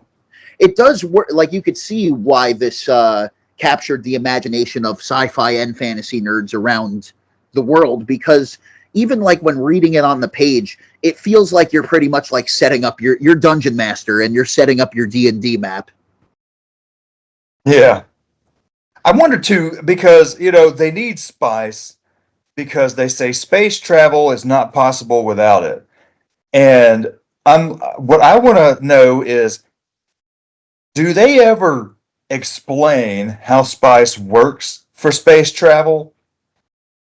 I feel like they have to. Like right now, I would give like a half-assed explanation of it, because the spice is what fuels the fishy guys. The fishy guys are pretty much they're the guild navigators. They mention that when they're doing the change. Duke Leto asks like how many guild navigators do you think they use to like send those ships out here? And fucking Thufir calculates it. You need to give them the drugs to power the fucking ships. They're like Matrix style. They're like the batteries, and they're the ones that are Yeah. able. That's why when you saw that sequence in the David Lynch one where I was just realistic. You're like, this is the moment where Stas went, okay, what the fuck is going on? When the dude is in the ship, like farting lasers out of his mouth. That's essentially like what the spice is used for, gasoline wise, is because you have to fuel these dudes who are hopelessly addicted to it to the point where it's changed their physiology and their fucking prescient fucking spice powers are And what they make spaceships move. It's just weird. right they're the ones they're the car battery that needs to get a jump every once in a while with spice because that's Fucking how wild. the space gets folded and the way they do the effect in this movie is so much like again I know that we're comparing 80s movies to modern movies but I do have to say like even just getting the point across of like what folding space looks like uh so much better in this movie where they have those tube ships and it's not like the tube ship just fades away and then pops up next to Arrakis. It's like, no, you have to fly a ship through the tube ship, and like those two ends of the ship are like the portal. Like that fucking Yeah. rules. That's your wormhole. Yeah, and it's like technically the ship is still sitting in one spot, but it's fucking traveling like it's a mind bender. That is pretty cool. And it looked awesome with like hundreds of ships just coming out of it. When I had seen Blade Runner 2049, it did get me really excited for Denny to do Dune, but it's also because I thought he was going to be doing it with Roger Deakins as his cinematographer, because the cinematography in Blade Runner 2049, like, goes without saying, it's phenomenal, and Roger Deakins is just one of those dudes. Like, when you think cinematographer, like, he's one of the more famous examples, like him, Dean Cundey, like, he's one of those guys. So when I heard that he wasn't going to be the cinematographer on this, I did get a little disappointed. But it goes to show how much of Denis Villeneuve's directorial stuff I still need to brush up on. That his visual style still translates amazingly, and the guy who they did do to do the director of photography for this, his name is Greg Fraser. I'm not sure like what his early work was like. Like, he didn't cut his teeth on this movie, but he did Star Wars Rogue One. And, you know, you can nitpick like plot wise, character wise, but the one thing about that movie was that it's one of the best looking Star Wars movies out there in terms of modern day like Disney products. So I think like this dude, Greg Fraser, like really fucking, like we said with Hans Zimmer, like he fucking stuck the landing on this one, and then even better in part two, to the point where I think he was because they Oscar noms. they frame scenes, and I mean it looks like a beautiful freaking painting, and it really shows. I bet this looked amazing in the movie theaters. I mean, we got a big TV, and it does it okay, but I bet in the movie theater, you know, because they make this shit look big. And I bet in the movie theater, I bet you that shit made you feel small. Absolutely, dude. And I'm not even like, as a film guy, like I know that I could get like in my own head on how I prefer to watch movies, but like I was never really a big IMAX guy. Like I could take it or leave it. Like I know it's amazing, but like I was never one of those dudes who was like, oh, I have to go see this in IMAX and IMAX only. But Yeah. Dune was the exception. That was the first time where I was like, no, specifically, like they almost like The Dark Knight, like what people were saying when that came out in 2008. It's like they made this for IMAX. Like it is the way to watch it, and it was. Oh my god, I saw Dune Part 1 once in the theater. Like within a week, Dune Part 2 I saw like 3 times in IMAX. Like it was fucking phenomenal. And again, that's no small, like that's pricey shit, but like for this, like going to show like my real nerdiness here, it's like for this it was worth it, because it's that weird kind of trippy mentality where it's like, sure, you're just watching a movie, but Dune does have like that kind of cult like fan base where there was something so magical about, wow, Arrakis is just a car drive away. I could just get in my car, go down the road, because my theater's not too far from me. Like it's within walking distance if I really wanted to. And it's like, wow, Arrakis is like less than a mile away. Yeah. So they show them around the complex, and they show them these big old tanks. It's like, oh, we need to fill these up with spice. And oh yeah, and they're missing like half of them. Like again, like the they've clearly been set up to fail, where it's like the Harkonnens like destroyed everything before showing up. So again, it is like a backhanded. I mentioned this in the previous podcast. It is a backhanded promotion. It's like, fuck you, you're hired, or you're promoted. Yeah, it's like, here, do this, but we're going to give you this big job, but none of the tools to fucking make it happen. And if you fail, you're fucked. Yeah. And so they hop in the what do they call those copters? The ornithopters. Dude, those, I like this design where it's like a dragonfly. Yeah. And how fast the fucking wings move, and that, like, again, that somebody designed it to be that way, and it makes sense that, again, we've developed this advanced helicopter technology, but since we don't have AI or robots making it, it's like, yeah, they based it off of a fucking bug that, like, you could tell, again, humans made this. Like, there's just that level of detail that gets me so giddy. Yeah, and I like how they work too. Like the wings, um, was it retract so they can dive, and then the wings will come back out so they can glide, and then the wings flap for the flying and stuff. Like I really like the way that they really spend time to show you how these things work. And it is still like helicopter technology. Like, they don't like extensively show you the dashboard or like the wheel for it, but you do kind of get an idea when you see when they dive and those different wing motions, like you said, that it's like, oh yeah, they probably have different settings where it's like, this is flutter, this is fucking retract, this is dive. And when you look inside, it's not like they have like multicolored like uh doodads. It's not like that stereotypical sci-fi. It's like when you look inside, it looks like a fucking like a Black Hawk or something like that. Yeah, it looks it looks very similar to what we have today.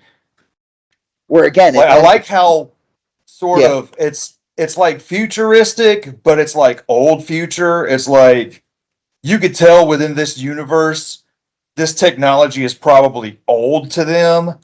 You know what I mean? yeah, it gives you an idea of how we, like now here in 2025, like could have 2026 could have gotten here. Could have gotten to there.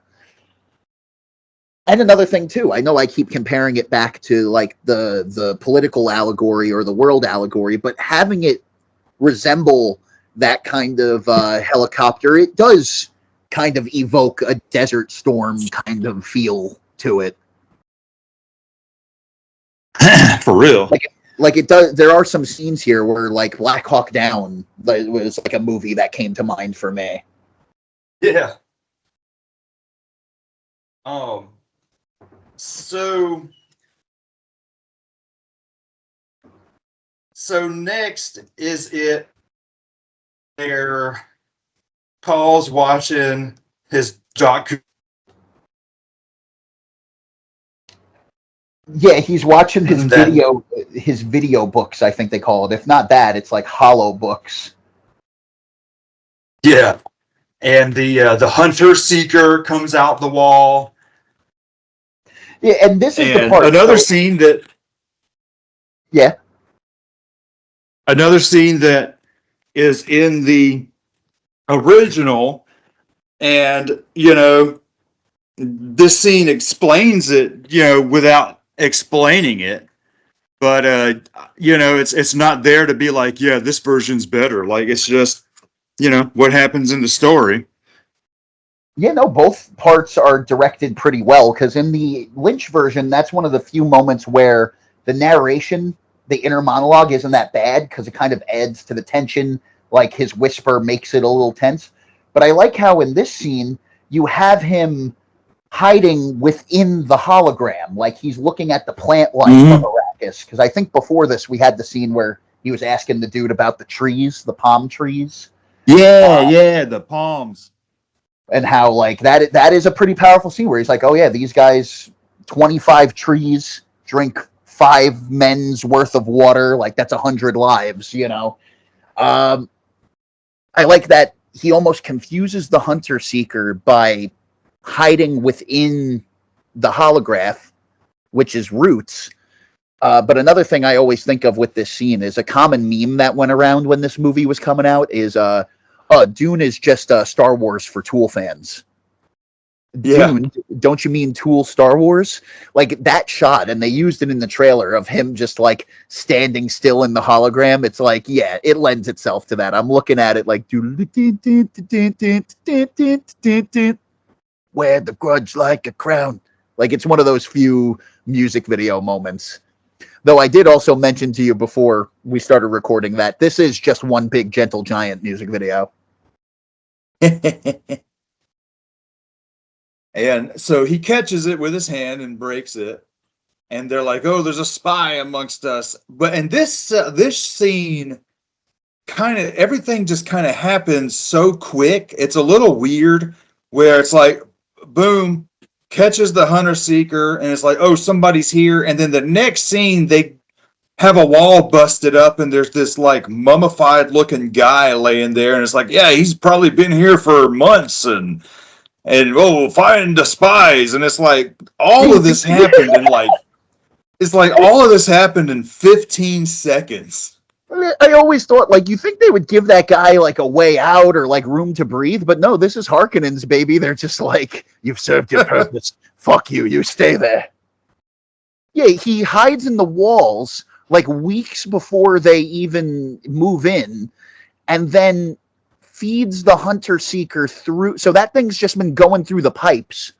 Like, why not just leave the hunter seeker? I guess because they don't want it to be found, but the thing's already tiny. It's like, why not just like leave it in a room somewhere and then activate it? I don't know how it works.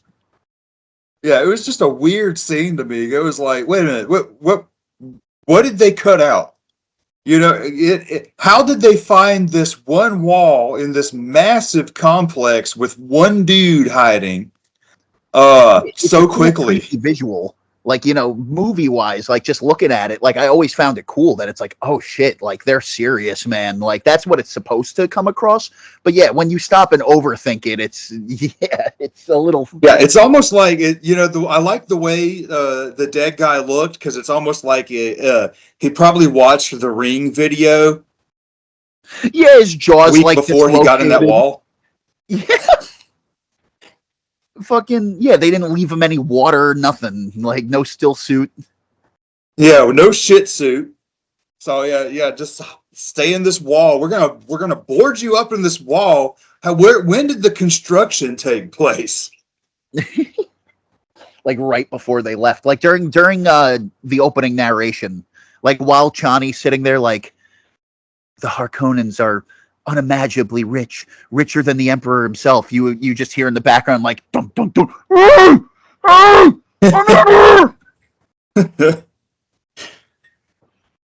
And so they're like, all right, we're gonna have a council meeting, and uh they're like, all right, here comes Paul. He caught a hunter seeker with his bare hands. Here. and even fucking Paul is like, thanks for the embarrassment, dude. Like now's not really the time.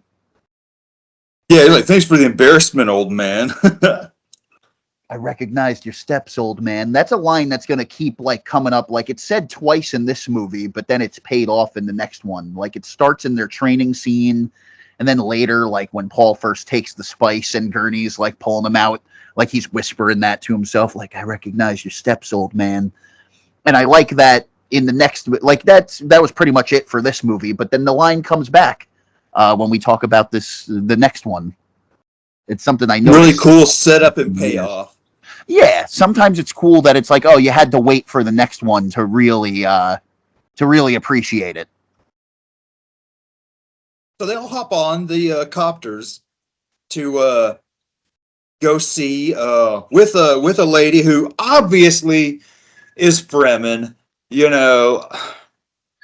but they try to frame her as somebody who's just been amongst the Fremen for a long time. But you could tell that she the doctor, whatever her name is. Yeah, it worked better. Well, I don't want to say it worked better. I think both performances are good, but in terms of the mystery of is this person Fremen or not, I think it worked better in the David Lynch one because you had Max von Sydow playing him, where again he wasn't the typical Fremen.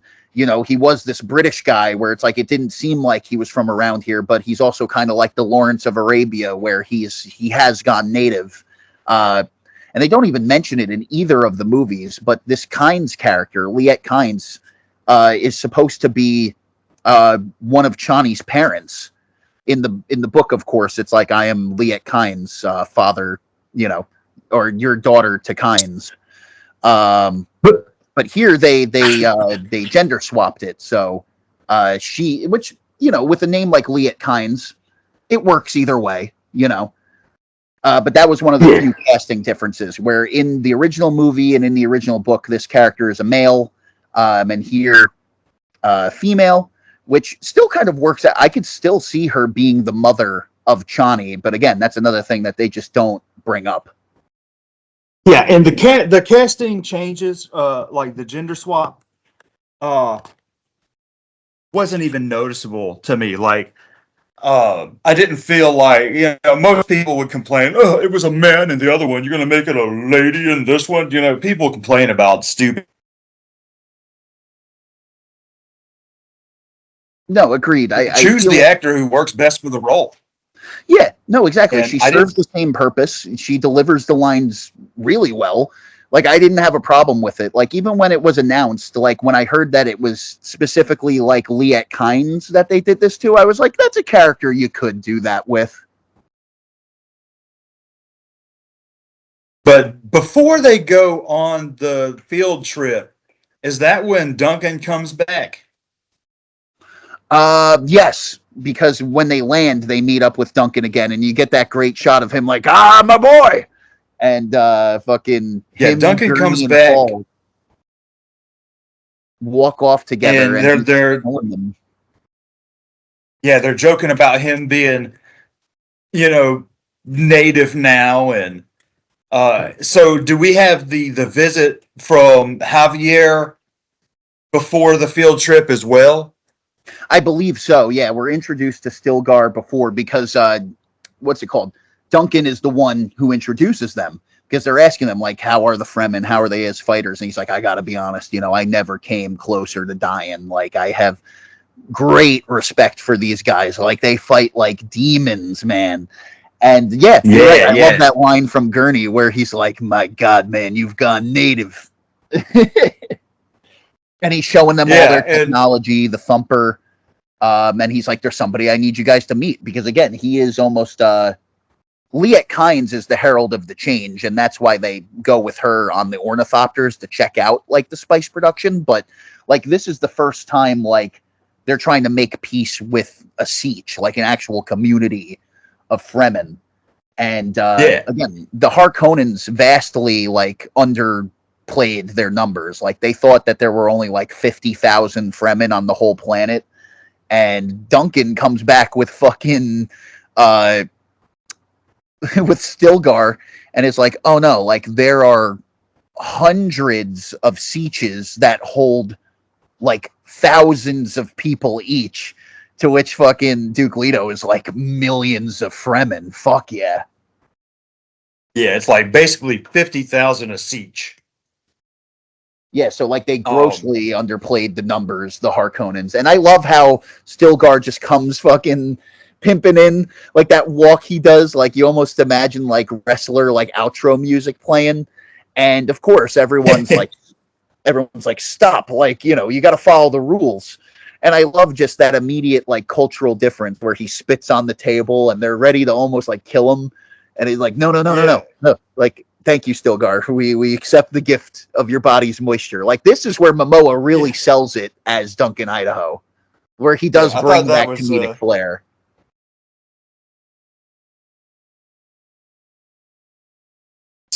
and it's like, nah, he's not disrespecting.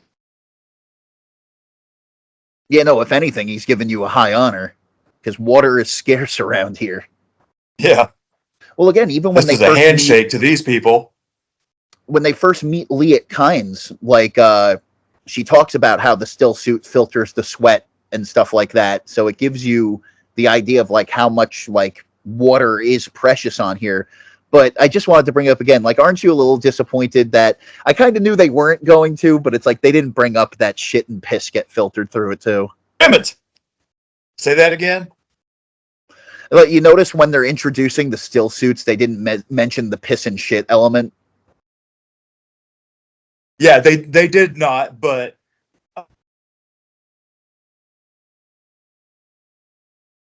suits. We know what these things do. Uh, but I mean, yeah, your sweat and it recycles your sweat and all that kind of stuff. But no, it recycles a little more than just the sweat. Right, because it does kind of seem to short sell it, where it's like all your sweat will be filtered through this. You think somebody would be like, well, where do I piss?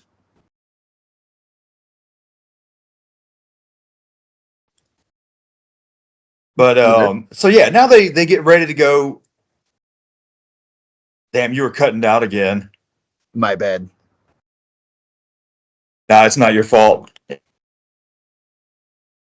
Am I good now? Have to find something else for the next one. Yeah, we do. Cancel these bullshit subscriptions. Uh, so um, they're getting ready. They're in their silks, their shit suits, and um, um, Kynes is like, let me make sure you're wearing them right. And she gets up to Paul, like, oh, you've worn these before. He's like, no, I haven't. And she's like, but you fastened your shoes a certain way. And he's like, well, it just felt like that's the way they should be. I wish he was a snotty And she's like, 15-year-old there. I wish he was like, yeah, because I'm not a fucking idiot. yeah, exactly. Like, I mean, well, duh. No, yeah, and this is where instead of having the awkward inner monologue, like, he shall know your ways as if he were born to them, like, instead of having it be a weird whisper, like, she just whispers it to herself. Like, that was a good way of doing that, where she was so Yeah, surprised that she just had to say it. she's just like, oh shit, this reminds me of the prophecy I heard. Yeah, she's low key impressed again. Like they did, there's just such a more I keep using the term casual, but like that's a big deal when it comes to this kind of weird shit where it's like, wow, they're selling it as if this is just their everyday fucking thing. For real. So they're flying around and they get to one of the harvesters. And we all remember this scene from the original where they go see the harvester and you got David Lynch down there talking and stuff. Um and I do like the difference here is, they see the sandworms and they call in for the carryalls. The carryall comes and one of its anchors is broken, and it's because machinery can't withstand this sand for so long. That's another thing I do like about this movie is everything in it. You see sand just falling or blowing off of it, and so yeah, the anchor they can't pick it up. They get out of there, and so instead of just watching the worms swallow the harvester, I like that on this one they're like, no, we need to try and get as many people as we can, and they land and they're trying to get the people on their dragonfly copters, but then Paul runs out there and then breathes in a little spice and starts tripping out. The fucking And heavy metal opening starts playing like fucking Kenny after cheesing the cat. yeah, and so they're able to save a few people. They get out of there. You see the sandworm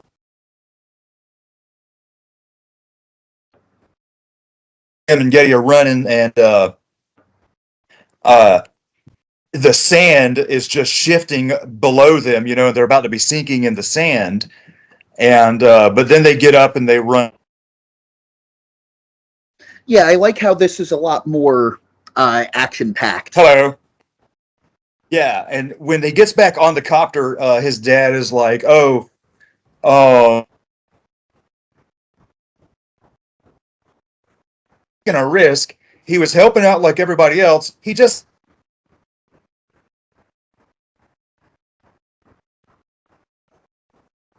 did I break up?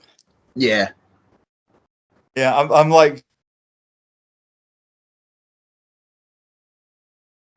that, and I'm like, it's like well, every he it's didn't like really every take a risk. He was, oof, my God, Microsoft, get it together. fucking Um, Bill Gates. yeah, yeah, Bill Gates. He's So anyway, Bill Gates is sitting there like the Baron right now. Like, when is a gift not a gift? yeah, you cut out there too. See, he knows. He's smugging the Baron Bill Gates.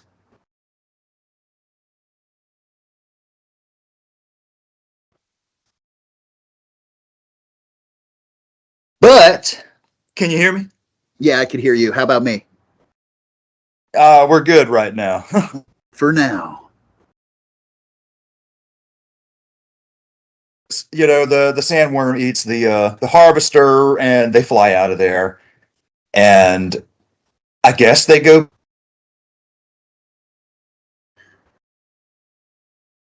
planet of Harkonum.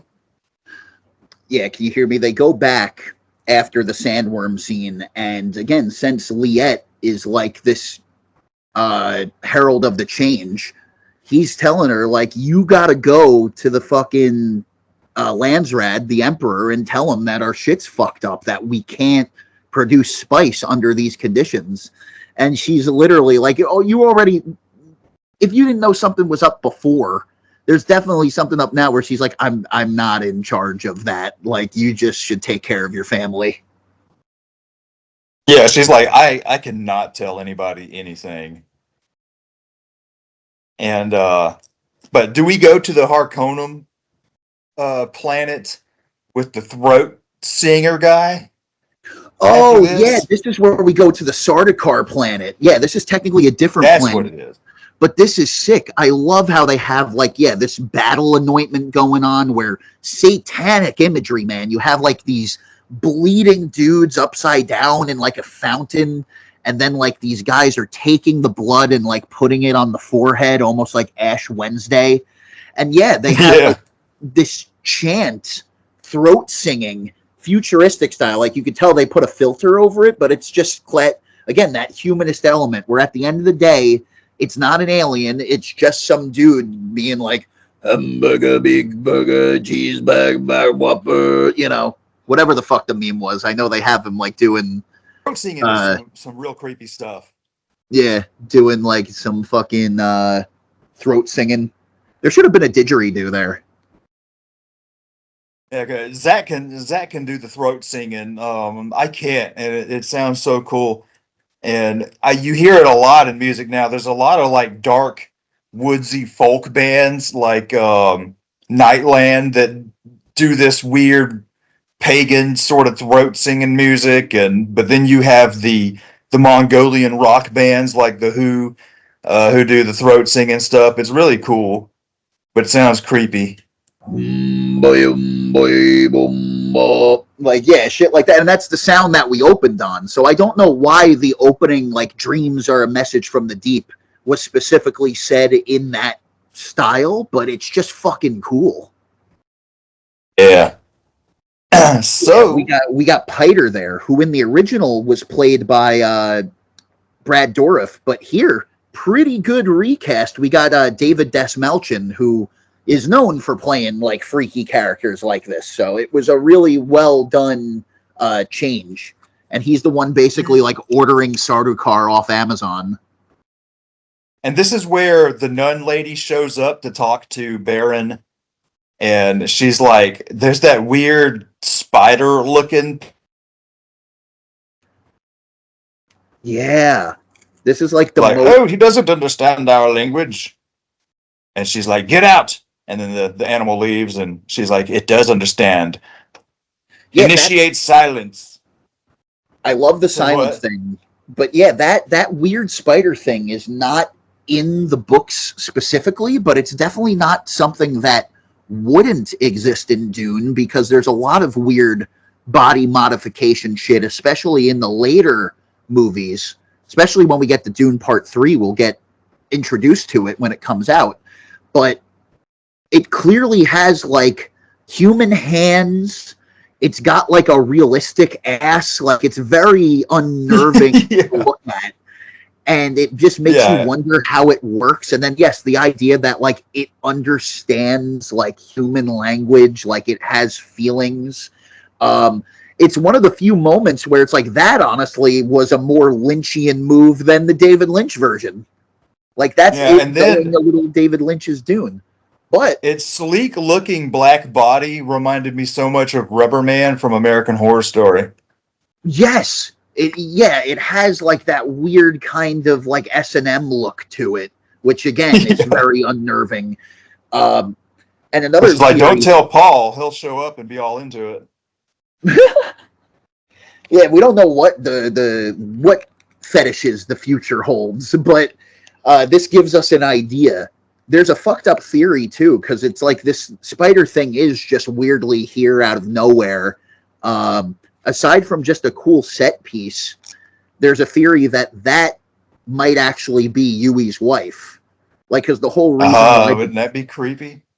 Yeah, That because would the be whole great. reason why he betrays the Atreides is because they kidnapped my wife, and I hope they didn't kill her. But in this movie, when he takes the Duke, he literally says like, "They have my wife. They took her apart like a doll." Like that's a really fun. Like it makes you wonder what that means, and it's like, oh yeah, that's Yeah, probably her. that's crazy. But yeah, so she's telling them, don't harm the Atreides people, and they're under my watch. But Baron's like, oh, don't worry, we'll leave them alone. And then as soon as she leaves, he's like, nah, we're gonna kill them.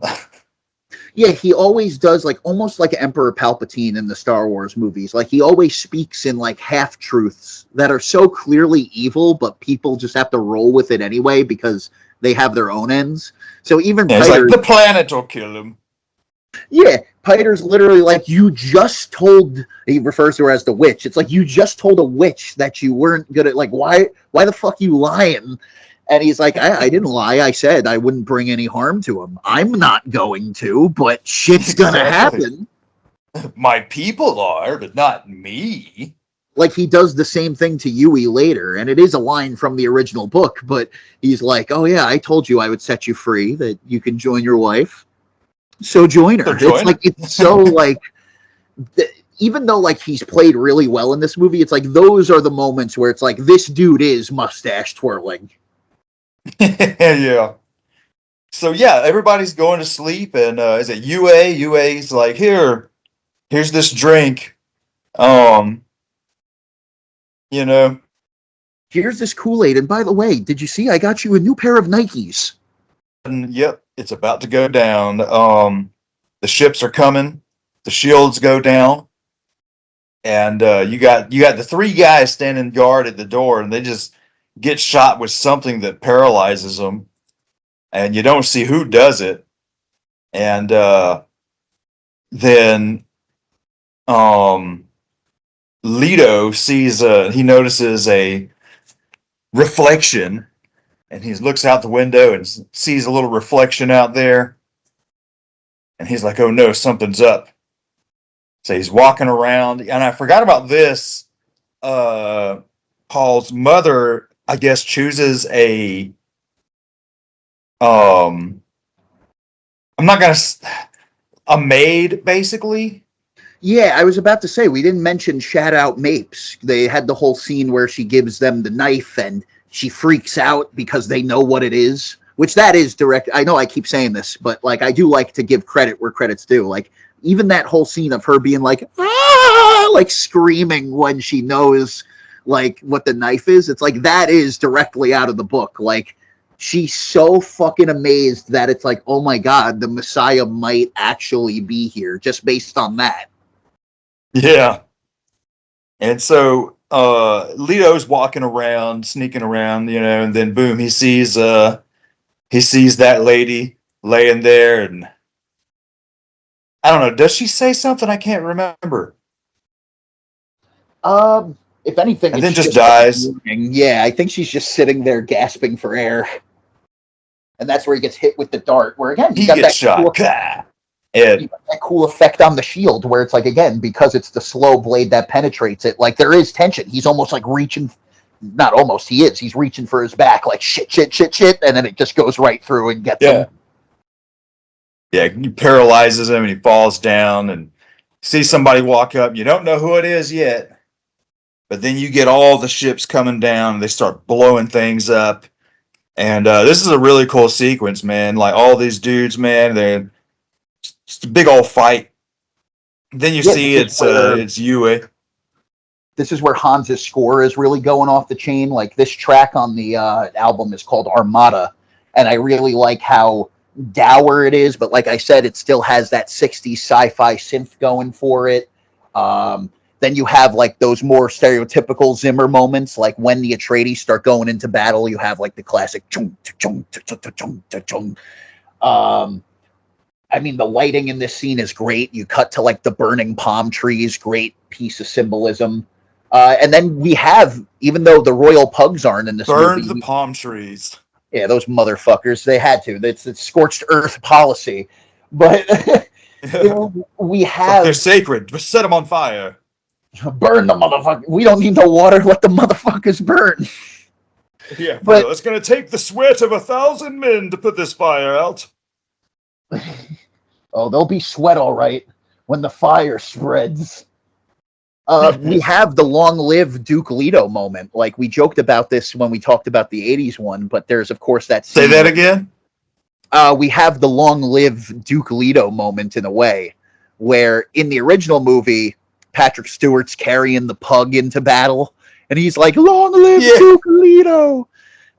Fucking Brolin has my favorite moment in this movie. It's so like it gives me chills when he turns around and he looks at the men, and then he's just like, "With me, with me," and then the fucking bagpipes start going off as they start charging. Like that is Yeah. incredible.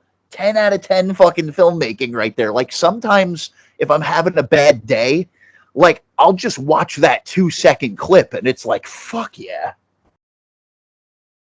Yeah, man. No matter what's going on, let's go toward it. Yeah, dude. Like just it's Tom Petty shit. I won't back down. You could stand me up at the gates of hell. But damn, so then we get the guys fighting. Then you got the was it Sarkadon? Oh, the Sardaukar. There you go, Sardaukar. Those guys fly down or glide. What is it? Float down Yeah, they do like and that just make silent float. yeah, and they just make quick work of these guys who were just kicking ass. And Yeah, because the Atreides were taking on like one wave of Sardaukar like on the stairs, and then yeah, these motherfuckers in the white suits just come down quietly like they're the more elite ones.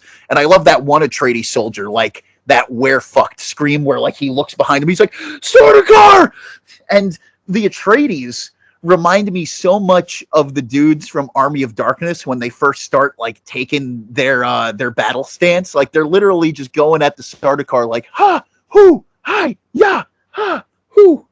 Like yeah, the Bruce Campbell training. yeah, and they're doing a good job till the Power Rangers float down behind them. They do look like Power Rangers. Power Rangers in And space.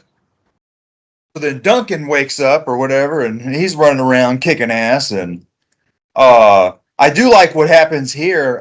He's running up to the helicopter, and there's a good chunk of guys there, and he kills a few of them, and the other guys just walk away. They're The like, other guys are oh, like, oh, fuck. they're like, screw this. Well, I also like how in this universe, like they do have like an element of celebrity to them. Like when Piter is getting the Sardaukar and talking to the Sardaukar general, like they know who these guys are. It's like, oh, the Atreides are the finest in the Imperium. They're trained by Gurney Halleck and Duncan Idaho. So even if they don't know this Yeah, dude's it's like we face, don't. like Yeah, it's they like we know have how more to, people like, than they do, but they're better trained. yeah, and I like how so the Baron floats in both versions, which is kind of inaccurate to the book. Like he has these suspenders in the book that like he hovers, but he doesn't really like fly. But I like how they kind of use that technology to their advantage, where when Duncan's fucking fighting the dudes, he has like a little thing that he switches on, and then he does like a little fly kick. Yeah, And this is why Momoa was ultimately casted. Like he does have the charisma that he has worked on over the years on camera, but like this is ultimately why you don't cast like an Adam Driver for this guy, where it's like he's got the body for it, he's got the physicality for it, and when he's kicking ass, it's believable. yeah, exactly. And so they go ahead and they kidnap Lady Jessica and Paul, throw them on one of those dragonfly copters, and they're flying, and she's always doing this sign language stuff. And she Yeah, tells them that one of them, she says, the scarred one is deaf. And I don't necessarily, oh, yeah, because he wouldn't be able to hear the voice. mm-hmm. I was like, what does that matter? Like, why does it matter that he's deaf? And I just answered my own question. Yeah, don't try the voice on him. If anything, use the voice on somebody else and take him out, which again is very clever. I don't know if they intentionally, like, because it's been a while since I've read the book, but I don't know if the Harkonnens intentionally picked a deaf guy for that. But it's like, yeah, hindsight's 2020. Maybe in the future, just hire all your deaf guards to take care of these guys. For real. So he tries his voice and it doesn't work. Old dude pretends it worked and then hits him real hard. And Yeah, and I love the he deaf guys like, don't talk. I love the way he delivers the line. And so he does it again and it works. And I like that it kind of wears off quickly. And he finally, he's like, remove her gag.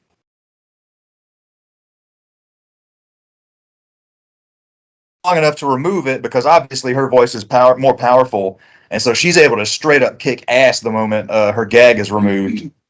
And yeah, and she's using like that witchy tone. Give me the knife.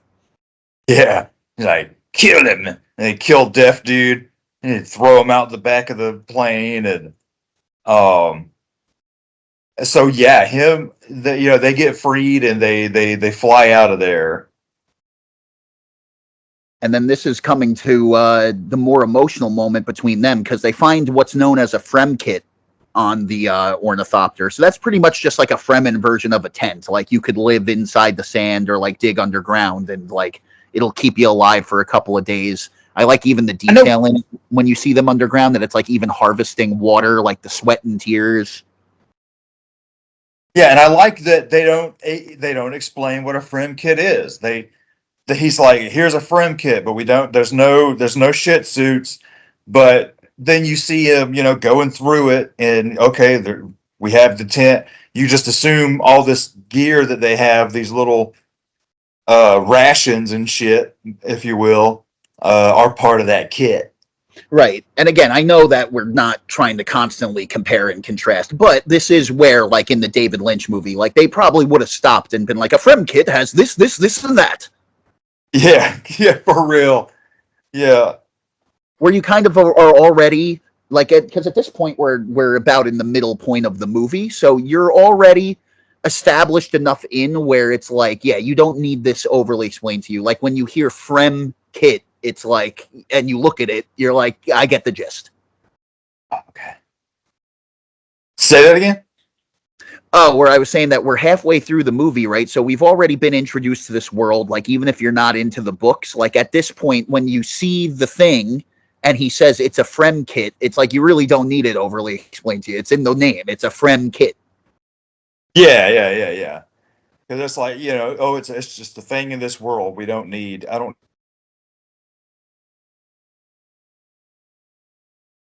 brush and sleeping bag and all that shit. But before we so cut now to them in the tent, we cut back to the Duke, who has been paralyzed this whole time, and we do have like a moment reminiscent of the '80s one where he's not boiled and being over the top, but the Baron's still laying naked in the chair. Yeah, they stripped him naked. But forgot to mention that UA gave him that poison tooth deal to bite down on. Yep. To try and kill the Baron. That's his way of they're in there talking, making it up to him. Like, yeah, you're gonna die, but at least you could take the Baron out with him. And it doesn't work. So they're sitting there. Baron's eating stuff, just being gross, and UA's like, okay, you told me you'd let me go. And he's like, yes, you can go, and he just kills him.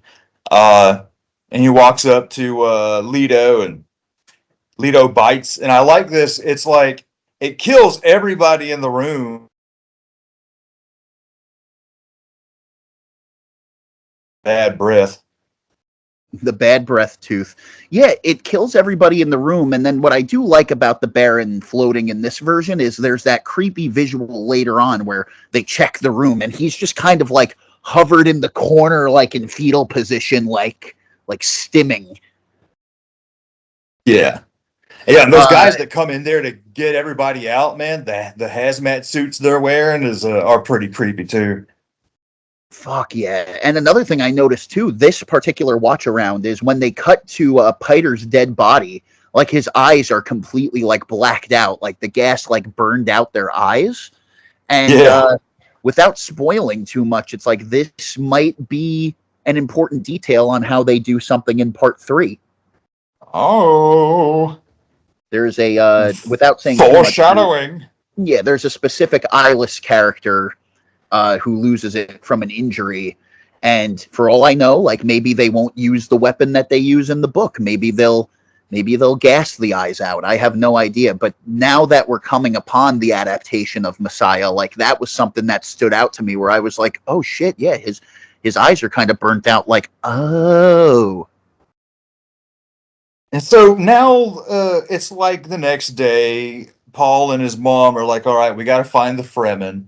And he's telling her, we're about to be in, what do you call it? Worm territory. So you got to walk this way. And as this they do their way. little, yeah, they do their little worm dance. And then, what's his name shows up? Duncan shows up, right? Yeah, because the ornithopter flies overhead and they think they're fucked for a second, but with his prescient, he's like already knows. He's like, it's Duncan. Because Duncan was yelling at Yeah. Kynes before. He met up with Kynes and he's like, "Where's fucking Paul? Where's Jessica?" Like they said, like there's that line where he's like, "The Emperor sent us here to die." Well, like Yeah. he puts it all together. So him and Yeah. Kynes are now looking for Jessica and Paul, and that's why they end up meeting up with Yeah. them. I think Kynes is in the ornithopter too. Yeah, because then that's when he tells her, you need to tell everybody what's going on. And she's like, I can't. I'm sworn by the emperor to not say anything or something. And he's like, yet you still help us. And so they get to I don't know, where do they go to hide? Is it a siege?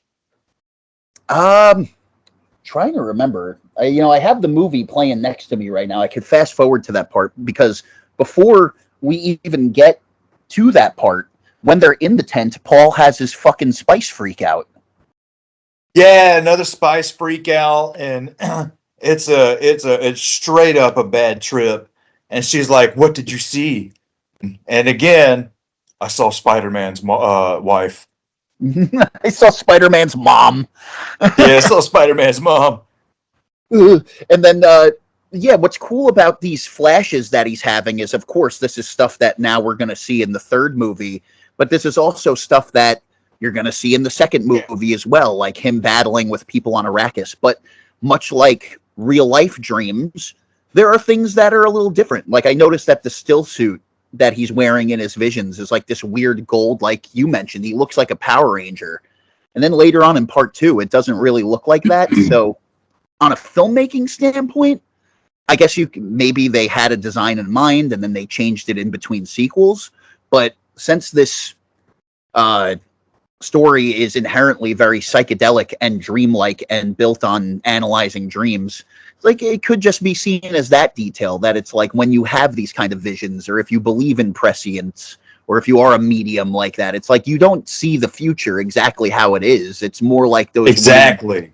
deja vu moments. Like you get the gist of it, but it's like, hey, a color might be different, or an aspect might be different.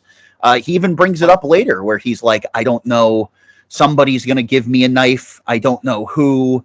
But I know that you're pregnant. Like, so that's the thing. People tend to assume that Paul could just see the future, and it's like he even says it to the Reverend Mother in the box scene where she's like, do you often have dreams that come true like exactly how they are? And she gets mad, like a little pissed because he gives her like a half answer, but that's the perfect answer. He goes, not exactly.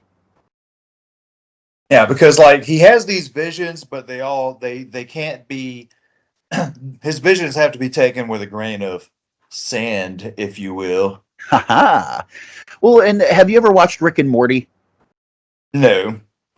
I know that sounds weird, like I mean, like just out of nowhere, but there is one episode, I think in like the second season, where throughout the show, Morty has this crush on this girl. I think her name was Jennifer, and of course she's like the popular girl in school. He's the nerd. It's that kind of classic setup.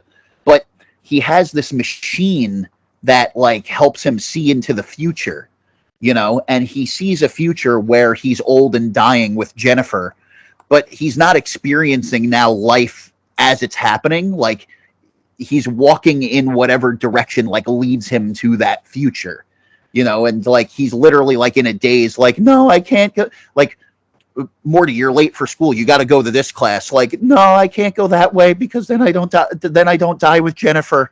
That's essentially like what Paul's doing. It's like there are like different variants to like how the future could go. He's just staying locked on this one path. Yeah, and I think one of the bigger examples is at the end when he's about to fight Jameis. Mm-hmm. And is his ass getting killed? But in a that's way, clearly not how he sees it. But like metaphorically, it is still technically what happened, where he's having visions of him saying like, I will show you the ways of the desert. And in a way, he kind of did. It's almost like he transferred his knowledge over to Paul.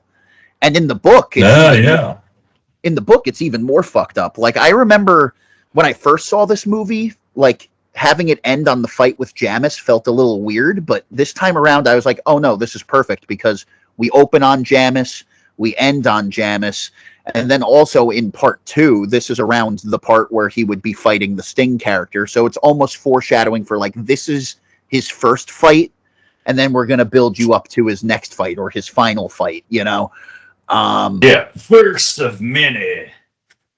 And it makes sense to end it where it did, because him getting with the Fremen people is a whole nother chapter in and of itself.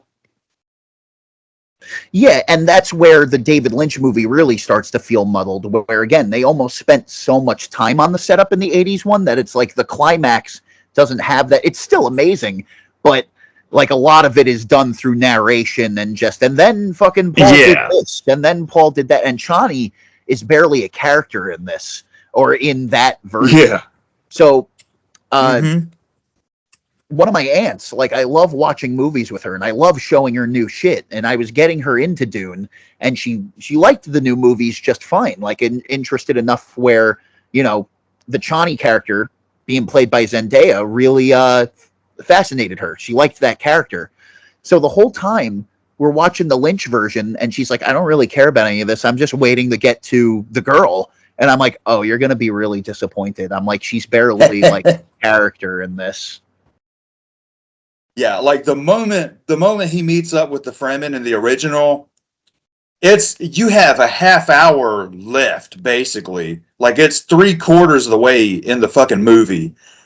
And it's like, boom, next thing you know, he's got blue eyes and he's riding a worm, and he's got a sister already, and fucking it just makes so much sense for this movie to end where it does, because there's still a lot to freaking go over. Yeah, and time does fly in the Dune book as it is, as long as it is. It's like, yeah, like Paul does spend years with the Fremen before finally facing off with the Emperor. And what I was mentioning before, how the Jamis thing is like slightly more fucked up in the book, where it's not just like he kills Jamis and then gets to be part of the siege. It's like, no, he and it's not that like he necessarily wants to. This is just Fremen tradition, but almost like Mormon style, or like he basically inherits Jamis's family. Like in being Jamis, it's like, oh yeah, now I have his wife, I have his kids, like, and he lives with them.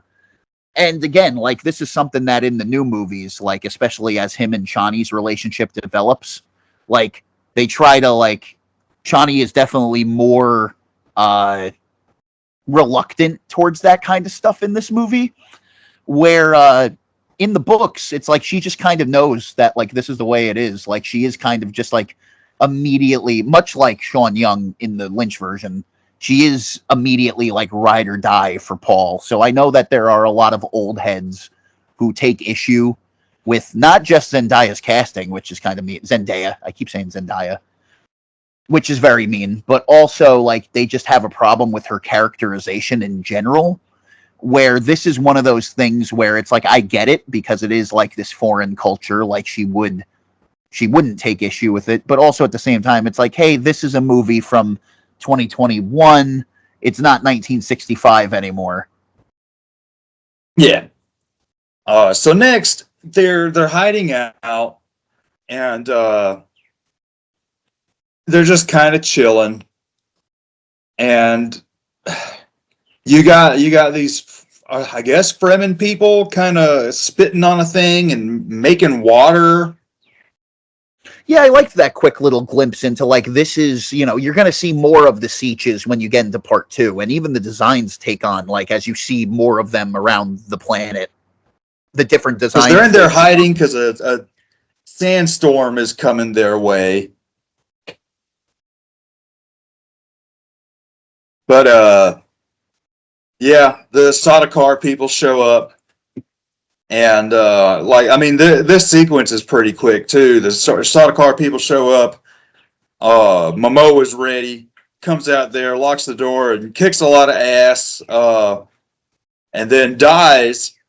And she opens up a secret door, and just when you think he's dead, he's like, nah, and he pulls the thing out, and he starts kicking more ass, as much ass as he can before he finally dies. Yeah, which is badass, also kind of funny when he pulls the knife. They're like, oh, shit. Yeah, they're already halfway through cutting through the damn door, and he's like, nah, motherfuckers, we ain't done yet. And I think there's examples of the lasers being used in this movie. They use the lasers to cut through the door. Yeah. You were saying, though? And so he finally dies. They run through the secret door. She tells him, follow the lights. I'm going to go this way. And he's like, well, what are you going to do? She's like, I know the ways of the desert. I'm Fremen. And I'm like, we know. What a twist. Yeah, exactly. It's like, we know. And so she's like, go that way. There's a copter that way. And so they get to the copter, and it's already, you can tell it's been sitting there a long time because there's sand in the gears, and it takes a minute to start. And she's running out there, and they get out of there, but one wing isn't working, and she pulls out her little hooks, and you're like, yeah, man, we're about to see some sandworm riding. But then nope. I like that when she gets stabbed through the suit, instead of blood, it's water that spews out everywhere. I was just about to say that. Yeah, I love that detail. That because I think that happened in the Lynch version too, when someone got kidnapped. Like they ripped the water tubes off, and it is weirdly brutal because now you're accustomed to this world where you're like, oh fuck no, they need that. Yeah, and so boom, she did, and so him and his mom are flying through the sandstorm, and it's tearing the plane up, and they're on their tail. 3 more dragonfly copters are flying, and they shoot at him, and he has another little vision that says, just flow with it. And then the visual of the fucking ornithopter just like spiraling through the storm. There's something about that shot that was really awesome. Like it was kind of stylized. I dug it. It reminded me of like the kind of cover art you would see on the modern pressings of the book. Another thing too about Liette's death, which is badass, is like, yeah, she doesn't go down easy. She summons the worm, and the guys they all get swallowed up together. Yeah. She starts pounding on the sand, and it attracts the worm, and boom, we get another cool scene of the worm swallowing shit. But yeah, I think it's cool. It's like he basically turns the copter off, and it just lets it spiral out of control with the wind and the sand, whereas everybody else is just trying to go against it and press on through, and it fucks them up. Yeah, that's ultimately like the whole. Well, there's many lessons to be learned in Dune, but that's ultimately like one of the big like selling points here is like just go with the flow. Like you make your own life. Like life takes you where you let it. And so they crash land and basically just do some more sand walking. And they have their shit suits now, and he gets his mom set up with a shit suit, and Which leads to that weird moment that everybody talked about on release where, I mean, a lot of people overthought it, but it is still just, it's in the movie. When they're getting dressed into their still suits, like, Jessica kind of, like, eyes up Paul for a second.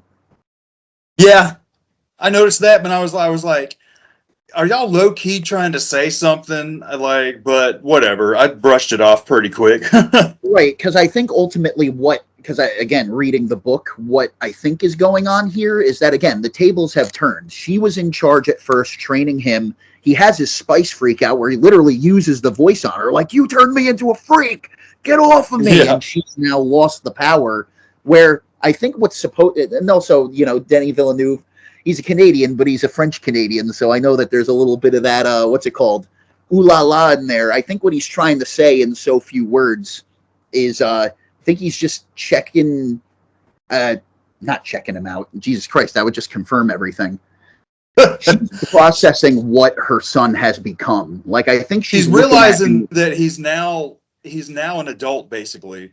Yeah, that he's not the son anymore, and not even really Paul Atreides, but he is becoming this Kwisatz. Like again, what have I created?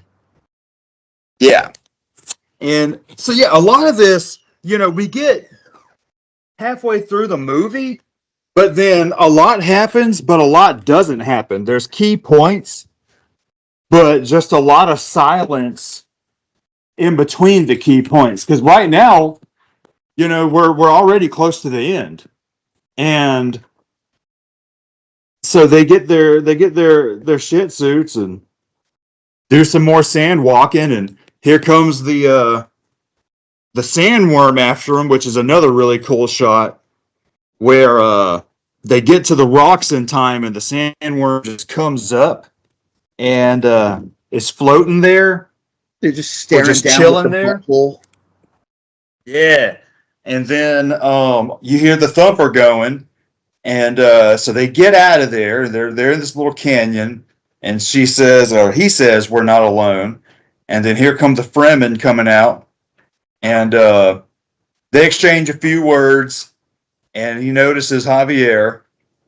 And he's like, why should we take y'all in? And he's like, well, okay, this boy is good, but we can use the mom for her water. And he's like, no, you won't take her. Leave her alone. And so dude tries to go, fight her because he doesn't think she's trained. And then boom, turns out no, she's a badass and holds her own. And he's like, all right, yeah, I'm just playing. But then Jameis is just like, no, man, I'm not playing. Yeah, I invoke the fight to the death. I invoke a duel.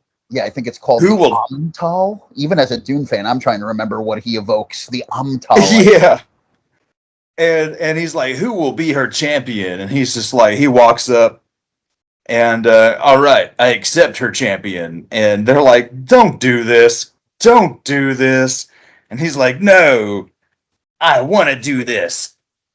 And I would love to see this like translated into like street language. Like, no, I gotta do this. I ain't no bitch. Exactly. That's what it is essentially.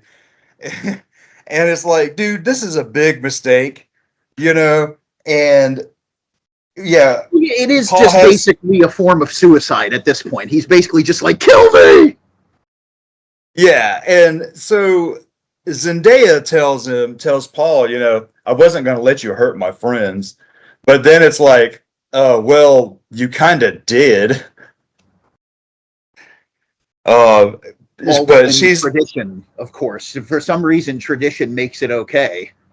Yeah, and she's like, "Here, take this knife, because you're gonna die, and you'll at least die with honor with one of these blades."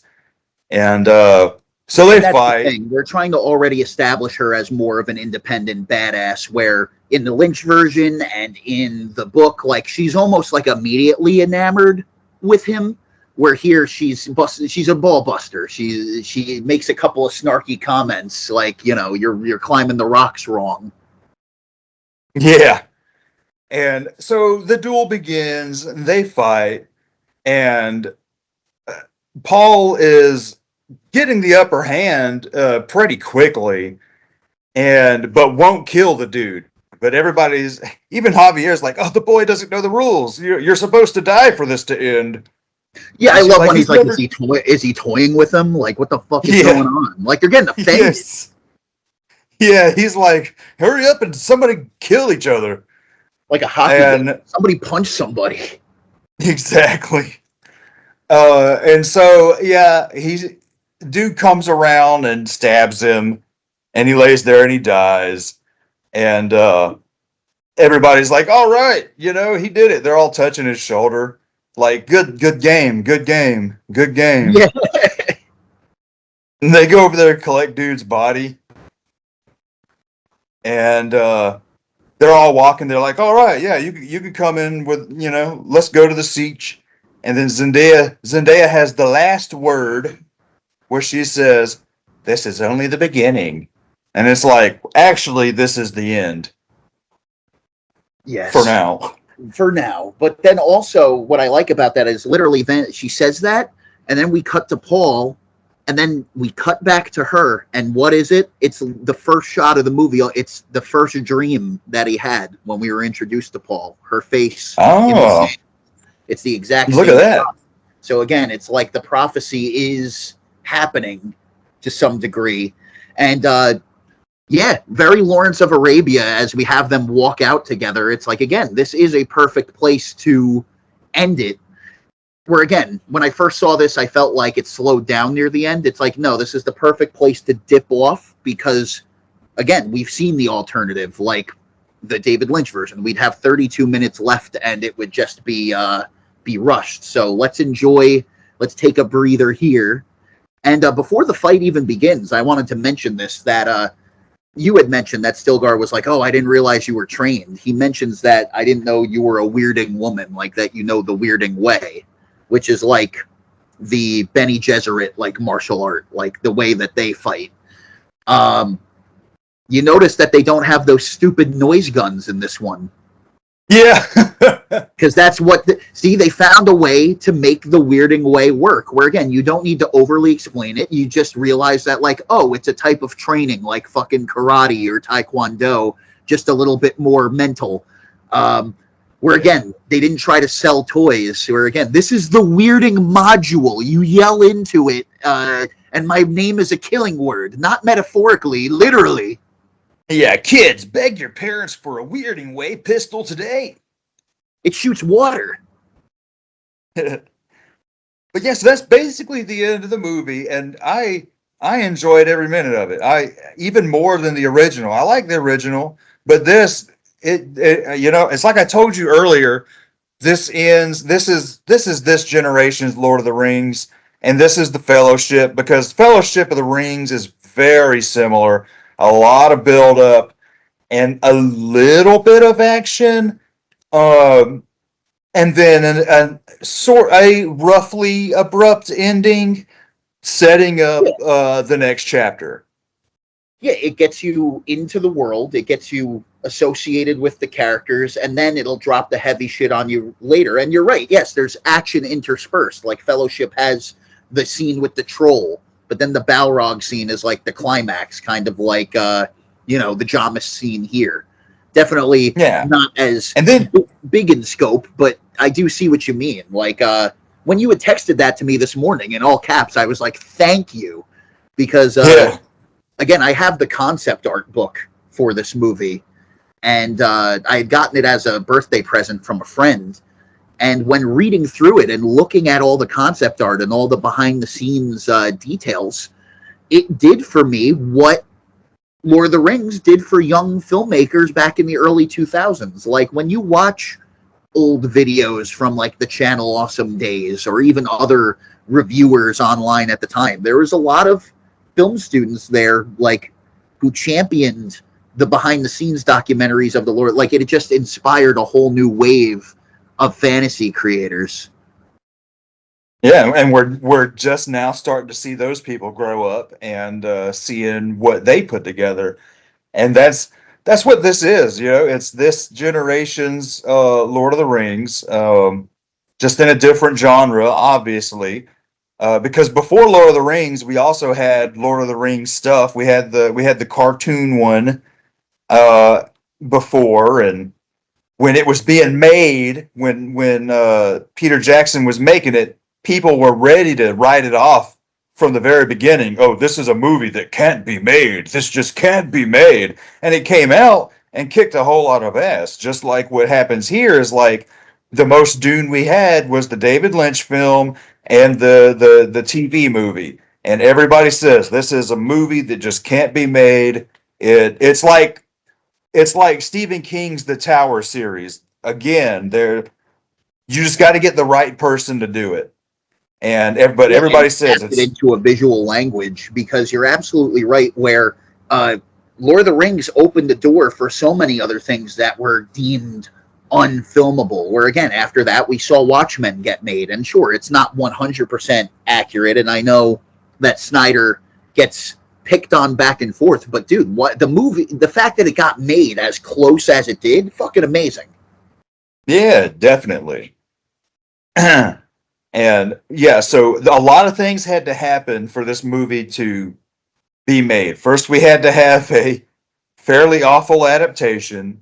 Then we had to have the try hard, and then we had to have other forms of media make this possible, like Lord of the Rings and Harry Potter, and uh, a few years later, Lord of the Rings with well, not Lord of the Rings, but Game of Thrones with the super heavy lore and convoluted plot points. Then we had to have Star Wars come back.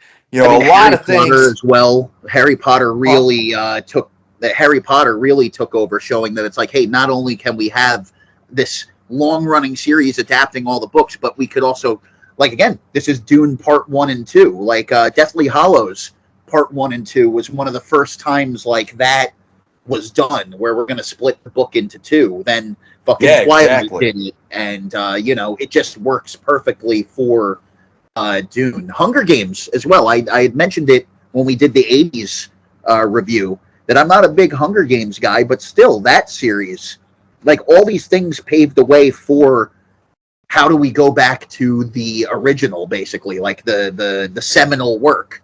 I'm glad that your point for the podcast was Game of Thrones because it's true. I wasn't really thinking about it, but I mean, George R. R. Martin talks all the time how much Dune was an influence on it, and how much Frank Herbert was a huge fucking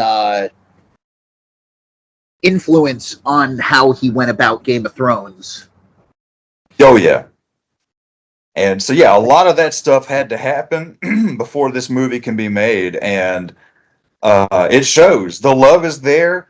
It's also, you mentioned, everybody, they were breaking movies into two for one book that was fairly long, and sadly, The Hobbit sucks, but I think it would have been better if it was just two movies, like originally planned, because the book is pretty damn short. Yeah, They did not need to make that three movies. Whereas, Lord of the Rings, you have three books you have a book, a movie, and you take one book like The Hobbit and turn that into three movies, you're putting a lot of bullshit in there. And I think two movies would have been perfect. Tell the Hobbit story and let's move on. But no, we got to add characters people remember that aren't even in the book. Yeah, they fucked it up. And yeah, a so, duology would have been nice because you rarely see like just the twofers. But also, I agree with you. It's like The Hobbit, it's one movie. yeah, But now exactly. 4 Lord of the Rings movies, like it'd be weird. This is the whole reason why we now have 5 Indiana Jones movies, because as much as I'm forgiving towards Kingdom of the Crystal Skull, it was weird for a little bit. Like the fourth, like 4 movie series, like it kind of sticks out like a sore thumb. Like you either got to like round it out to 5 or 6, or just do 3. I was happy with Indiana Jones ending on 4. I loved that movie.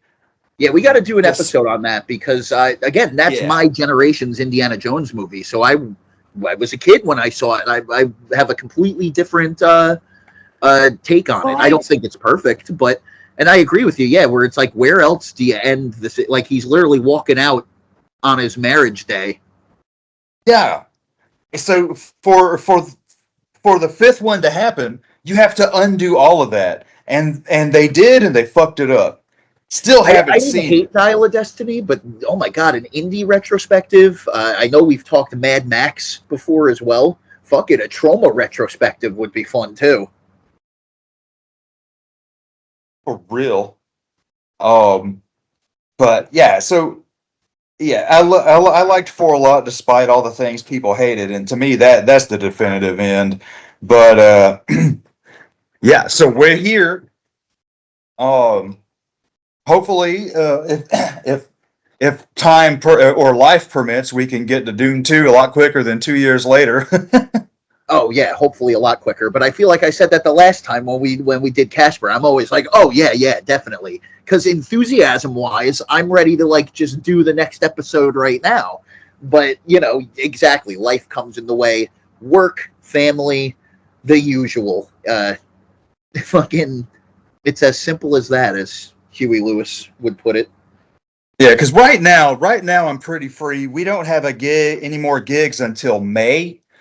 But I know we're gonna have a rehearsal session. Um, we'll probably try and set up a rehearsal session next week, but I'll let you know when I have a Sunday that is free. Yeah, that'd be perfect. Again, Trauma's been keeping me busy, but I definitely like to carve out that weekend time to focus on more personal stuff. Like I said, I also use Sundays to practice my guitar and jam with my friends. So I had suggested, like, again, of course, this is going to fluctuate, but I think like I could definitely work out like a bi-weekly thing. Like every other Sunday, like I can hit you up that week and be like, hey, you down to spoon the Dune? Because I'm fucking excited to talk about Dune Part 2. Like Part 1 is good, but no exaggeration, I do think 2 is a masterpiece. Yeah, and this makes me hyped to the see the reaction. next part. This makes me hyped to see the next part. I want to see where this goes. I actually, at this point, I wouldn't mind checking out the series. I don't know if I want to do a.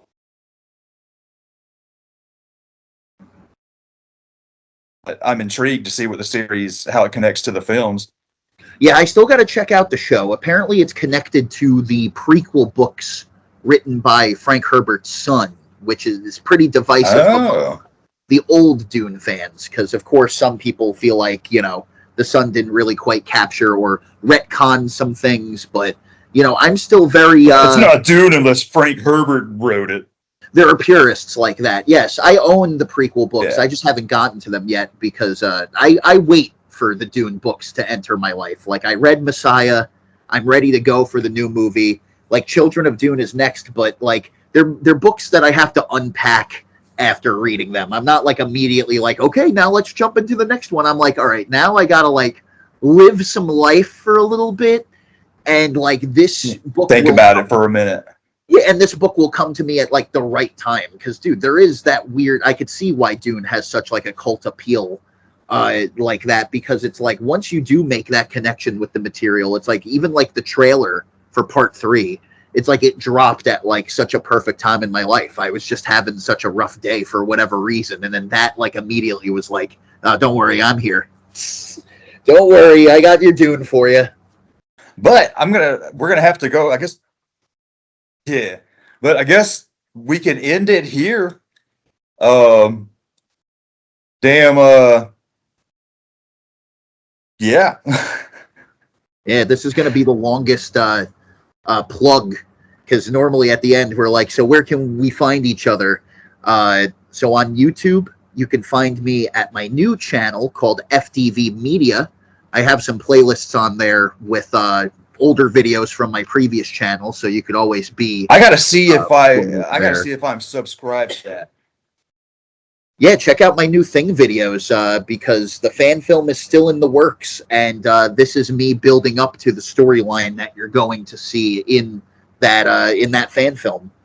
Because I'm trying to pitch it as a series. Go figure, like Game of Thrones or like the Dune series. The idea of a Thing TV series has been tossed around for years, and this is just me throwing my hat in the ring on there, just as a what if, as a possible pitch deck or proof of concept. Like don't throw this idea out, especially now that they've announced that a sequel movie might be in the works. It's like, hey, this might be the last shot to like, hey, let's get a Shudder series. Let's get something tied in with it. Like, because you could really do, especially now that Stranger Things is over and The Walking Dead has moved on to its spin-offs. It's like, this could be the next big, like, apocalypse story that you could really spread out amongst a couple of seasons if you do it creatively enough. So you can check out that YouTube channel and that new content, FDV Media. But you could also catch me on Facebook, Frank Del Vecchio. That's where we have the Fresh from the Facebook group, The Basement. But I'm also on Instagram at FDV Productions. You could also catch me on Instagram at the Trauma Team. You know, I'm always updating their official account. So, amongst many other people, but you'll see me there. And also, check out the account for Violent Rose magazine. I've been writing written reviews. It's a goth alternative magazine. Oh, shit. Yeah, and I've been doing the movie of the month segment. So that's been really fun. And it ties in with the trauma sphere. Like, it's not a trauma product, but we review a lot of trauma stuff there, especially more of the modern stuff, because like the directors will submit their films to be reviewed. So the next review I have coming up. Yeah. You did cut out when you first started to name drop the trauma people. Oh yeah, the next I was saying that the magazine isn't a trauma product, but it crosses over a lot with people in the trauma sphere who want to get their stuff seen. And my next review is of a recent trauma movie called Sweetmeats, which was made by Nick Greystone, who's a good friend of ours. He's working on a movie right now called The Shark Who Roared, which Kevin Smith is also working on. It's a fucking documentary about Jaws 4. Yeah. That's exactly what I thought of when I heard The Shark That Roared. Yeah, Nick Greystone is the producer on it, but he also acted and made Sweetmeats, which I've been hearing about for a while. It's been doing its rounds with screenings, but it's also on Trauma now. So I'll be able to watch it from home and give it a good review. So I'm excited about that. Aside from that, typically I just pick like kaiju movies to review. It's kind of like what I used to do early on in our Facebook group. I used to try something out called the Kaiju Corner, where I would just review. I've kind of adapted that into the Violent Rose reviews. So it's become a really good home. Where else could you find me? Those are, I think, the big ones. You could also see my old gaming content on the Crew Boys at YouTube. And of course, I always plug here. You could always find what we do at Bloody Chuckle Studios. Yeah, you can find Bloody Chuckle Studios on YouTube for music videos and podcasts and random shit. You can find all the music from Bloody Chuckle Studios under Monster and the Family on all streaming services. And yeah, that's about it. Well, here's to another 10 years. Yeah, hell yeah. I'll be 50. I'll be old. Wise man. But I'm gonna talk to you later, man. Sounds Get good. this thing uploaded and shit. And basement dwellers, you have a good one. Later.